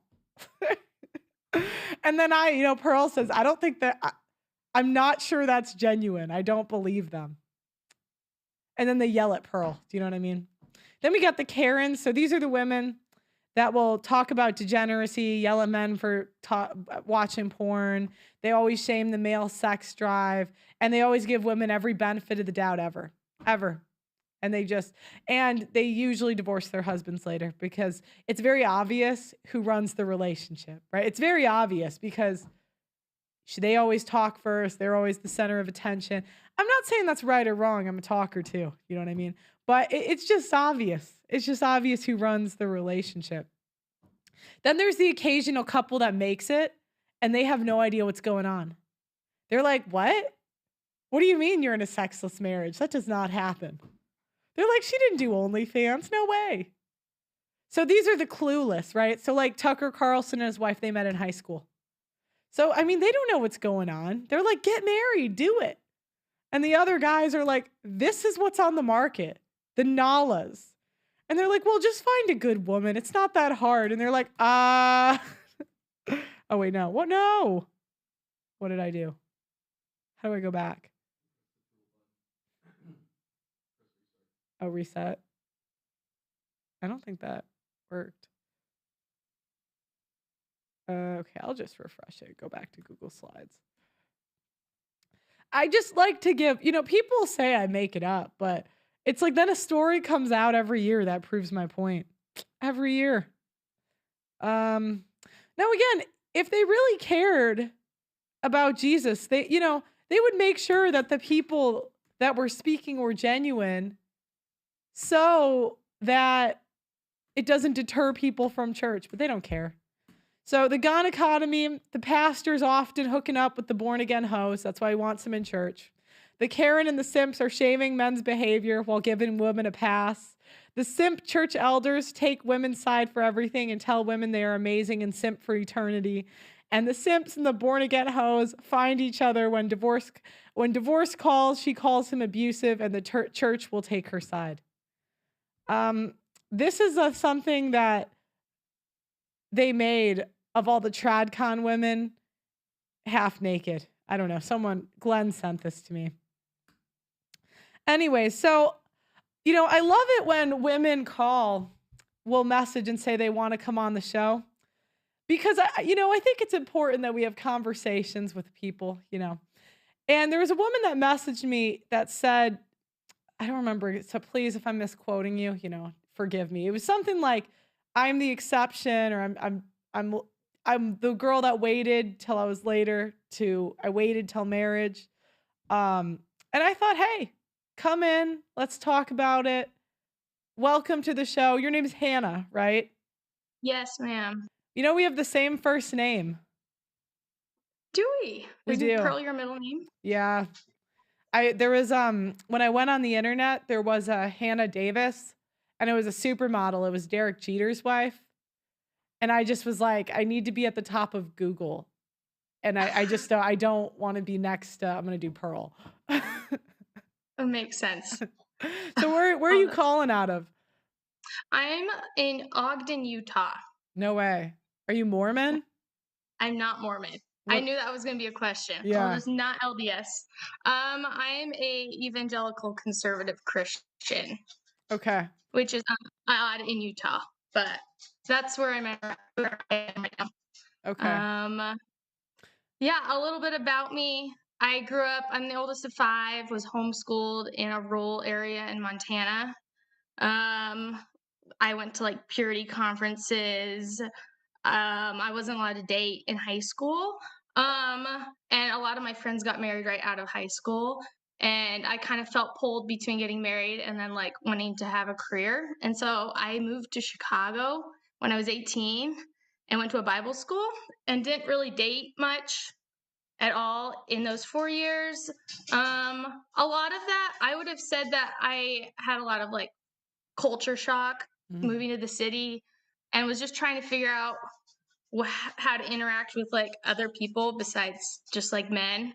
And then I moved back to Montana when I was done with school, and there were just no guys there. I was in like a very small church in the mountains. And so I moved to Denver to go to grad school, but intentionally was like, okay, I need to find someone and I need to go to a place where there were more options. And I found Denver to be a very hard place to date. I went out, I was on Hinge a couple times. I went out with a few guys. And those relationships lasted like a couple weeks. Like I was vetting people pretty strictly. And then I met my husband. He was living in Utah and put his Hinge location in Denver. And we talked for 3 hours our first date, and I knew I was probably going to marry him. And I moved to Utah 7 months later, and we got engaged, and we've been married a year. Okay, so, nice. And he was also a virgin when we got married and had dated like 2 or 3 times. But he was like my first kiss, first person I held hands with. Like, oh wow. I So, think so you were a real one. Yeah, which is funny because I read your post. I was like, I really agree with you. But also like that wasn't my experience. And I do know like plenty of other, like a lot of my friends were in the same situation as me. Some of them got married a little bit younger. And I wish I would have gotten married younger. I tell my sister, she's 19, I'm gonna get married right now, get married young, because it's just way easier. But this was my experience. So question. So what age were you when you met your husband? You were 26, it sounds like, 27? I was 28. Okay. And what was, so in your early 20s, like what happened? Were men not asking you out? I mean, Chicago's such a big city and you're a pretty girl. So I just find it hard to believe that men weren't trying, Yeah, I would say I had a lot of like guards up and had I was dealing with a lot of anxiety. I went on one date. I think I had 2 people ask me out in like my 4 years of college. I was in the Midwest and I really didn't want to stay in the Midwest. And so like a lot of these guys were like, they're studying to become like a pastor in Illinois. And I was very much focused on going back to Montana and I wanted to be in the mountains. And I I would say it's funny. A lot of my good friends back then were like, yeah, you kind of like put up some walls, and guys could tell that you had walls up. And I realized that in my early 20s, after I was done with college, and realized that I had to make some shifts if I was going to meet someone. And so that was like my time in Denver I was like, I'm just going to go out with guys. I was just really strict about who I would go out with because I was picky. So yeah. Would it be fair? Would it be fair to say in your early 20s it wasn't a priority to be in a relationship? I would say I really wanted to be in a relationship. I had like crushes on guys all the time. I just was like, I was not confident. I think confidence was a big issue, and I didn't. I felt safer to be in friendships with girls. Like I didn't really have a lot of like guy friendships, and I didn't really know how to interact with men in general. So, I guess, but when like later in the story, you just sounded like you were on a mission more to find a husband, and that was your priority. And I'd say your actions sort of matched. So it just seems like in your early 20s, that wasn't like, is that fair to say? Yeah. You know? Yeah, I would say so. Like, it was funny. I was like given a book when I turned 18 for my graduation on like becoming like a helpmeet, and I threw it away. No way. Because it bothered me. And I was like the girl that was like, I'm going to go to school and y'all are going to get married. Yeah. And a few years later, I was like, wow, like my best friend's pregnant with her 4th baby and like happily married. And I was like, I wish I hadn't believed a lot of lies or felt like I had to do something different when, her life is just as fruitful. And so I think I had to like come to terms with that, which is why I encourage people to get married younger, because I think it's just easier. But yeah, I would say like by the time I was in my mid 20s, I was like, I have to take this really seriously. Yeah. And the only way to meet people now is really online. And it was like 2022 when I had that decision making process too. No, I mean, that's how people are meeting. So it makes sense. Like, I don't think there's any shame in it. No, I don't think so anymore. I think there was like when I was in college, my friends and I created a farmers only account as like a joke, and it was like when I turn 30, that's when I'll go on online dating, and then it kind of Well, you had to. It sounds like you had to swallow a bit of pride, right? Because it's almost like the ego of no, I don't want to go online, but then, right? Yeah. Yeah. Okay. Wait, so why do you think that you believed it? You were homeschooled. So why did you feel like, did they shove it down your throat? Like what made you believe the feminism lie instead of like the helpmate book? Yeah. So my mom was a nurse and she quit her nursing career to like stay home. My dad, she never wanted to homeschool. My dad asked her to homeschool and she did it. And she was awesome. She homeschooled 24 years. And she always talks about how her greatest regret was losing her nursing license. And so both my parents would have said, like, we want you to do what God wants you to do. Like that was kind of what they said. But underneath, I did feel like there was a pressure for me to be able to like take care of myself and have a job. And so I think that was also prioritized, as well as just like people are like, oh, what are you going to do? What are you going to do? And it wasn't enough to just be like, I want to be a mom and I want to stay at home and like raise babies and cook and clean. And so it's funny now too, because I got a master's degree in clinical mental health and I practiced for 8 months and I quit in May. And now I work part-time teaching piano and I like make dinner for my husband who comes home. And I'm like way more happy. I'm way happier and content. And I'm like, well, I like wasted a lot of time going to school to do now what I actually want to do. Hopefully start a family as soon as possible. But yeah, so I think it was lies and some pride. Yeah. And then I think there was just some fear. In some ways, it was just easier to do whatever I wanted to do versus like realizing like marriage is a sacrifice and learning to like give up my dreams or things that I wanted to do for the sake of someone else. And I think when you're 20, that seems a lot more daunting than now. Later, I'm like, well, that was kind of fun, but not really. Like, Yeah. if I could go back again, it was like all the times being single or going to parties or being able to watch whatever I want on TV isn't actually that worth it. So you mentioned your friends from your hometown. Were they all homeschooled too? Was that like a community? Okay.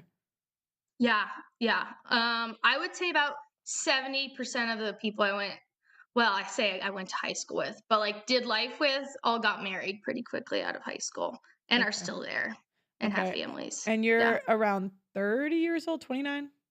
30. 30? Okay. And none of them have gotten divorced? No, there was one crazy girl and she got married and she didn't want kids and he wanted kids Mm-hmm. and they split up. She was a few years younger than me, but Mm-hmm. yeah, she was the so only one that I know of. So they've all been married like 7 years-ish now? 6, 10? Okay. Mhm. Okay. Yeah, some friends 10 to 12 years. Mm-hmm. I grew up in like my dad's family, he's one of 5. Mm-hmm. And then there's 15 grandkids and there's one divorce Yeah. out of all the couples. So are they done yeah. having kids or are they still having them? Because you can tell, I just know because I follow this stuff, you can tell when the youngest kid's around 5 if they stay together or they don't. So I'm just wondering if they've made it past that or not yet. Not wishing either way. I'm just wondering. No, like one of my best friends, she's about to have her 4th baby and they wanted 6 and now she's going to like take a break. She was married. I was in college. It was like 2013. It was like 10 or 11 years. Mm-hmm. So 2014. And are the parents part of the vetting process where you're from? Like, was your dad a part of vetting your husband? How did that work? Yeah, that's been an interesting conversation. My dad talked strictly, like he's, kind of like the joke about the shotgun dad on the front porch, but he actually really wasn't. Like, I probably could have gotten away with dating in high school, but he said no, and I was a rule follower, and I was like, okay, I'm not going to date. And he and my mom were they were good friends, and then they just got married. Like, they didn't really date in like the early 90s, late 80s. And so he always made it clear, though, that he wanted the man to ask him before he dated me. And so my husband did that. Like, we had known each other 2 weeks and he called my dad. And that made a really good impression on my dad. And I was just really thankful that he wanted to incorporate my family. I would say the courtship model was used a lot more often when I was in high school. It just gets weird when you're older and you live in a different state and you're like, I don't know. Like, I should be under my dad's household still, but I'm not. Like, I'm making now independent decisions without him. And so ideally, I feel like that's what should happen. He asked my dad if he can marry me. So yeah. Yeah, I mean, I don't know how you would do a traditional model completely in your mid-20s. That's good luck. I was just curious if your friends that married younger, if the parents like knew each other, were they from the hometown? Did they meet in college? I'm just wondering, like, your friends, where did they meet? Yeah, some of them were high school sweethearts. Like, they met at youth group in church and then they got married right away out of high school. My best friend she and her husband were both homeschooled at the same time, but they never met. And like, he walked into her coffee shop and she was a barista and he started flirting with her and they were married like a year later. So I would say like connections with churches. Her family wasn't super involved, but his was. I think it just kind of depended on the couple. But yeah, for sure. And did most of them wait till they were married too, on both ends? Like, if you had to guess a percentage, obviously that's personal and you'll never really know, but if you know, I know. it's not like you're there, right? But if you had to guess. Yeah, I would say like 70%. Wow, that's really high. Yeah. Wow. That would be my guess based on my friends. Yeah. You got to give the mountain community, because the chat's going to want to go find their virgin bride there. Go move to Montana. They're like, where is this? Although by the time I got back after 4 years, I was like, oh, there's not as many options as there Yeah. once were when I was 18. So They're man. asking why you didn't date anyone in the town. Was there no one you liked in like high school or anything? There were guys I liked, but I just was like, I knew I was going to go to college, and I was like, it's going to be a waste of my time to date if I'm not going to get married. Like, I knew that Yeah. dating was meant for marriage, and I didn't want to waste my time or someone else's time. And so that was why I didn't date. And I wasn't really allowed to. If I had been 18 and I had stayed home, that would have been fine, but I left pretty quickly. And then by the time I came back, I was 22, and there were not as many options. I think I went on like one or two dates. So did you have any debt from getting your master's at all? I actually didn't. No, Wow, you're like a unicorn. No debt. That was the first thing my husband asked me on our date. That's what the chat. That's how men think. That's what the chat's saying. They're like, "Did she have debt? Did she have debt?" Yeah, no, that's a good question. No, he asked every hard question to like. He said like shocking things to roll me out. So if I was, not an option. No, I had a grandfather who left a trust fund when he died. Yeah. So I'm like going back. I'm like, I would have taken that cash over the degree. Or like buy a house with that money instead. But no debt, thankfully. And did you watch the Archetypes I was talking about of virgins? You said you kind of agreed, didn't agree. Like, what was your thought? If 70% are virgins, you can let me know if I'm off. No, I agreed with you. I just was like, man, I really live in a bubble. Like I go to I go to like a patriarchal style church. So most of these women are like, none of their kids go to public school. We're like baking bread, we're reading like literature books and book clubs. And so I just realized how much of a bubble I was in, because it's not that I disagreed with you, because I did go to grad school and I did see more of that. I just was kind of shocked, and I was like, oh, I'm kind of weird. Yeah. Yeah. So you said it's a patriarchal church? How do they deal with, is there ever divorces in it, and how do they deal with it? Because I'd imagine it can't be 100% divorce free, right? There has to be at least one. I have not been there since I've been there over a year, and there haven't been any divorces as far as I know. They're not completely against divorce. I think it depends on the situation. So I think some of the issues that we're seeing in terms of like you're talking about like the women Instagram, like purity, like the culture. Yeah.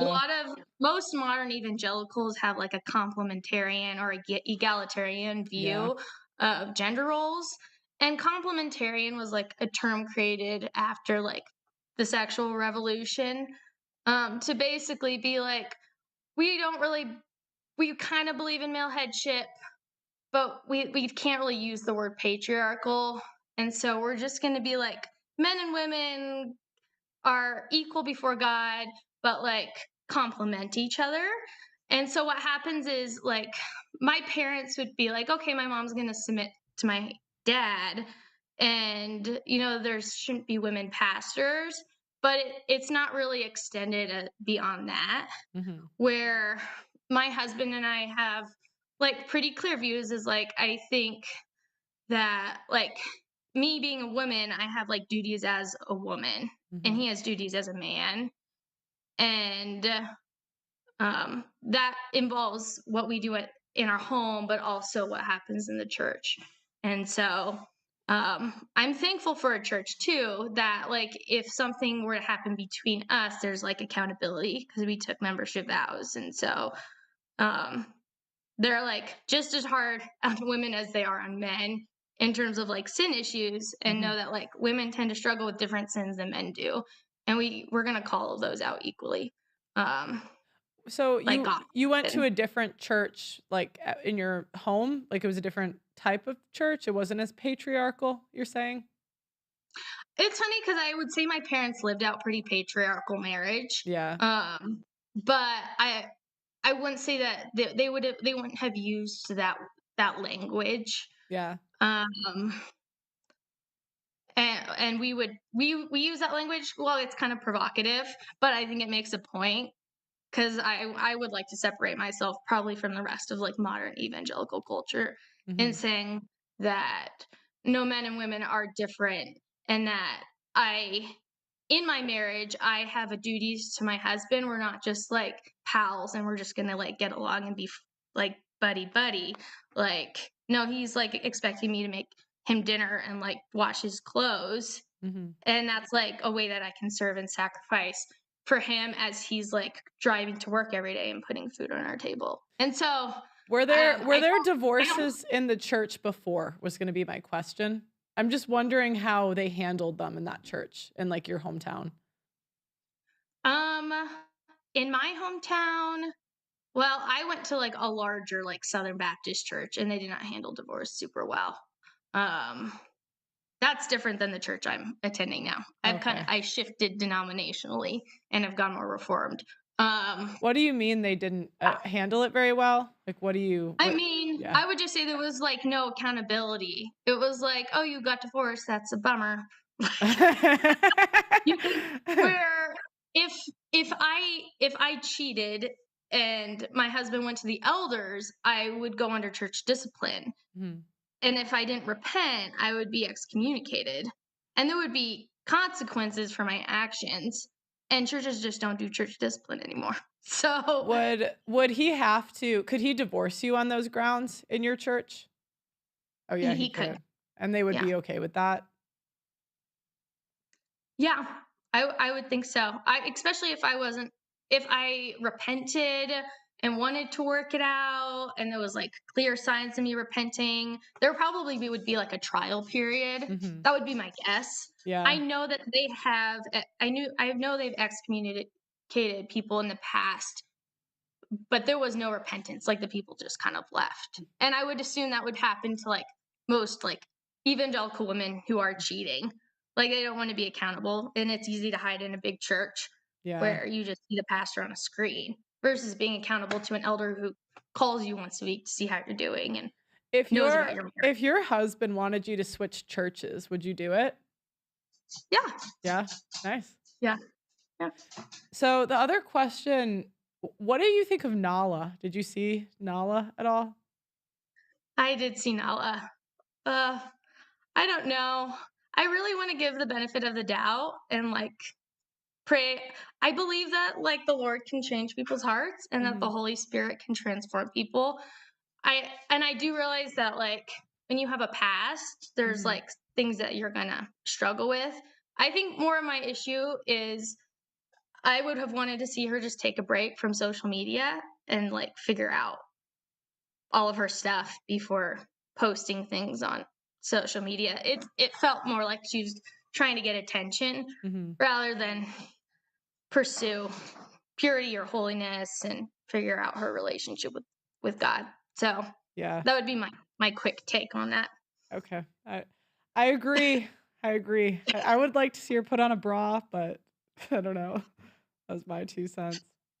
I think that's all my questions I have. Do you have any other thoughts on the topic? They're gonna want to know this church they can go to find their virgin. Actually, I have one more I just thought of. What % of the women in the church would you say are marrying under 25 in the church you're at?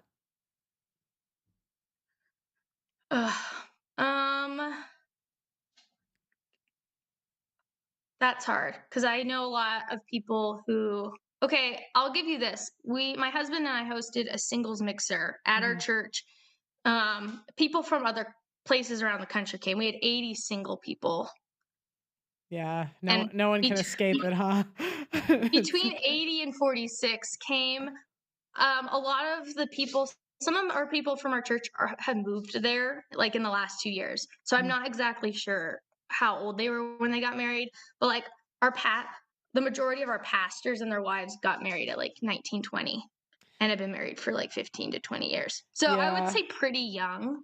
I would say my husband and I are kind of odd in that number in terms of like ages, because No, a I'm lot of talking. people are in their mid-30s and have Yeah. So teenagers I'm now. not talking about millennials. Okay. I'm talking about like the Gen Z. So because I'm the youngest millennial by like I would be Gen Z if I was a month older, or like younger. Sorry. But so I'm 28. So people under 28. Okay, people under 28. Because when I was in a Protestant church, I didn't find that the young people were marrying any sooner. It would be like the best looking men and women would marry. So like the hottest guy would get the hottest girl. Like of the like younger people, it would be like 2 or 3 couples, and then the rest would kind of stick it out until they had to. I don't know if that's your experience. That's just mine. No, I agree with that.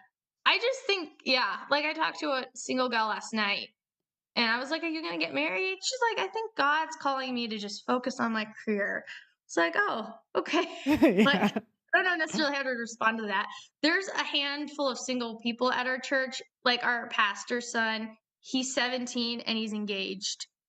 He'll turn 18 this summer and get married right away. So I think, but he's like the oldest in all these kids who are coming up, where there is like an intention for people to get married and have lots of kids. So, Yeah.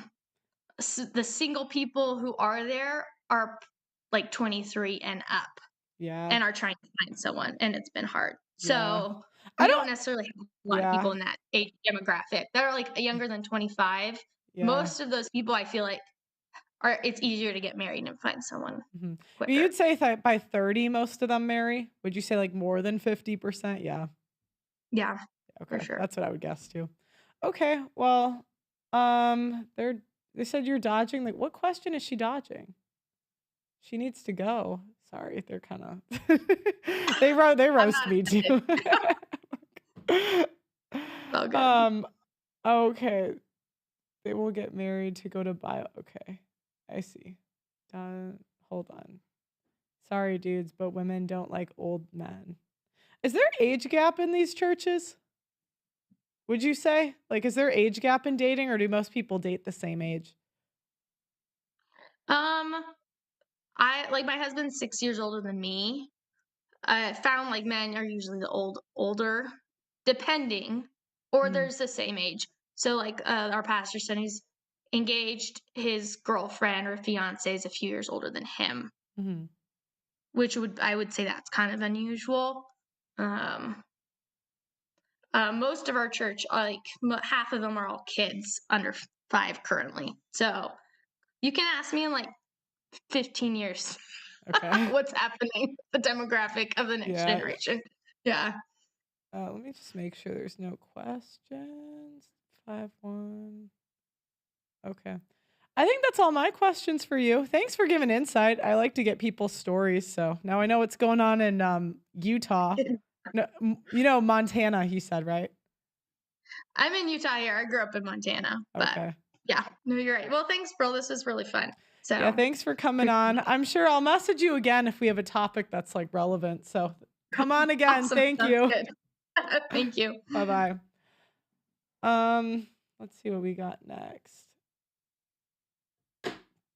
Okay, I'm going to read the chat on the website. Oh, you guys have been going for a bit.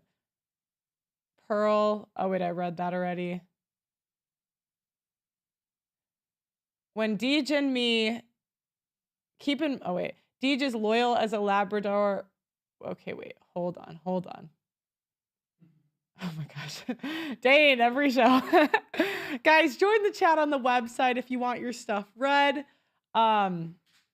It's $10 a month, $80 a year. I do read the chat on the site. I do read sometimes on YouTube, but it's got to make me laugh or something. Pearl, think about it logically. If the male gives his virginity to her and she gives his virginity to him, do they both still have the virginity? Do they cancel out? Virginity is valued by men because of paternity and because men are territorial and protective of our property. This gives virginity value beyond simply being a physical act like sneezing. Male virginity is a creation of feminists. in the Protestant churches. That's not to say that premarital sex for men before marriage isn't a sin, but he's not losing his virginity. Okay, wait, I read this. Let me keep going. So even ultra-conservative men like me, men will quickly accept a woman who may not be a physical virgin, but she displays other signs of virtue and purity. Deej and I were 19. She was pregnant when we got married in 1991. But what attracted to her was not the question of virginity. It was the person she was, and that she served and respected me. Deej is as loyal as a Labrador retriever, and as brilliant as she wasn't a know-it-all. We fit together like peanut butter and jelly, so the question of virginity just wasn't an issue. With Deej and me, keep in mind that we were only 17 and 18 when we started dating. By comparison, a stone-cold virgin who is a know-it-all who wants to treat him like a child is a hard pass. The batshit crazy virgin who is insufferable will lose out all of her value as a wife after about 2.3 minutes with a man. Once the post-nut clarity sets in, she's undesirable as a skanky woman. Elon Musk is above the law because he's so rich. With women, serving your man is like money in the bank. If you deposit enough service, then you'll be like Elon Musk. You're above non-virginity. Good men prefer virgin women, of course. They'll overlook a few bad decisions if she is humble, feminine, agreeable, gentle, submitted, respectful, loving, kind, can cook, and can clean. Virginity was at the top a few generations ago when most women were virgins. Now the standard seems to be, can I bear living with her? Will she drive me to drinking? And will she ever shut up? In Protestantism, it's a mixed bag when it comes to IVF, abortion, and other birth control, especially us lower Protestants because of feminism and nearly no standards for admission. The lack of cohesiveness in Protestantism is what makes me look favorably on Catholicism, if I could get past a handful of theological issues. You should ask 100 Protestants where they stand on things like abortion and IVF, and you'll get at least 50 different answers. Yo, I'm sorry, I went to Catholic school. You get the same answers from, not the men. The men have like standards. The men have like, you know, they're like principled. They read the book and they're like, that's not the book. The women are like, you know, not all, but the women, many of the women, the Catholic ladies, they're like, no, I picked that one. I like that verse, but not that verse. Not that one. Not at all. In Protestantism, all you need is some guy who can preach and people call him a pastor, and you have a new church. That's a big problem. It's why American church is so weak. In Luke 1, it says that Mary was a virgin, but she was not chosen because of her virginity. Gabriel told it was because she found favor with God. It was about God's choice, not her virginity. Mary's virginity addresses the question of Jesus being born of the will of a man, which would have conferred sin within the context of religion. For him to be born sinless, she had to be a virgin. For her, being a virgin was important, Dane. Oh, okay. They're talking to each other now. One guy, Pearl Reed. There's a women-only Facebook, are we dating the same guy? I actually am in one of those because it's hilarious. And I wish I could read it, but I don't want to get kicked out of the group. And I'm very entertained by it. It has over 5 million women on there and become a menace to men's lives and the world over. Rich Cooper addressed it before. Yeah. My boyfriend winded up on one of those pages once. Okay, let me keep going. Pearl, when a bride does not attempt to get along with his family, she is really full of herself, and it is not about him or them, just her. Read Pearl. I disagree. I think women should always be better looking, but not much better.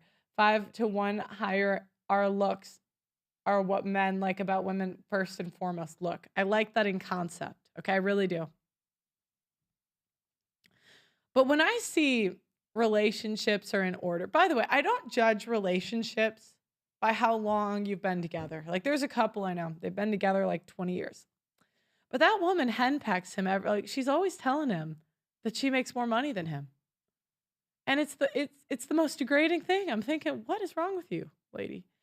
Now, am I supposed to think that they're a better relationship than the couple that's together 5 years and the woman worships him? That's the only way it works. She has to be obsessed. Now,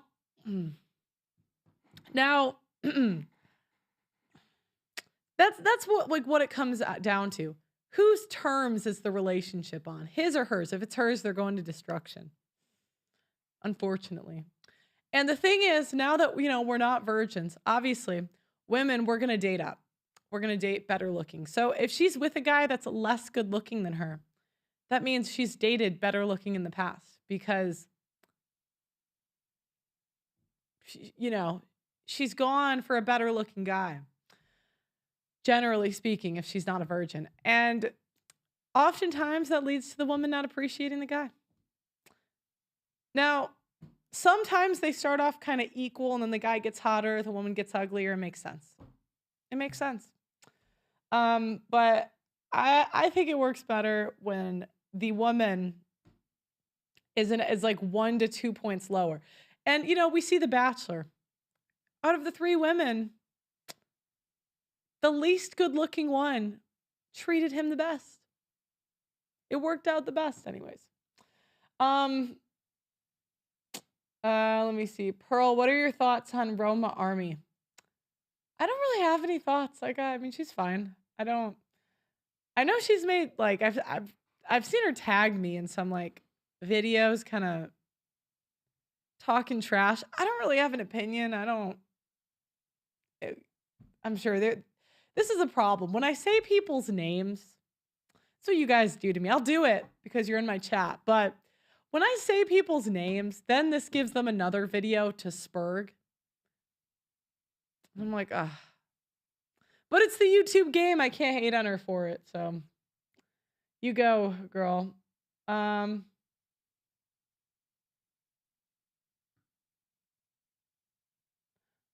Okay. Now, I think, let me see. I might have one more person.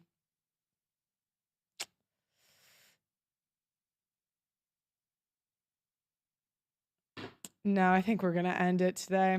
I got to go play volleyball. Anyways, guys, thank you so much for watching the show. If you can, please go to theaudacitynetwork.com, get the monthly or yearly membership. It really would mean the world to me. Thank you so much to the people that already subscribe. I don't know what I would do without you. We are trying to get 3,500 members. And we're at about 600-700, which is pretty good. That's pretty good, So I can't complain, but it would be really good if we get to 3,500. It covers our costs completely, and we don't have to rely so much on YouTube. So that's the goal. I want to be able to make content about anything. And if they can't kick me off, it doesn't affect me. We don't care. So I love you guys. Thank you for watching. Like the video on your way out. Subscribe to the channel, and I'll see you guys tomorrow.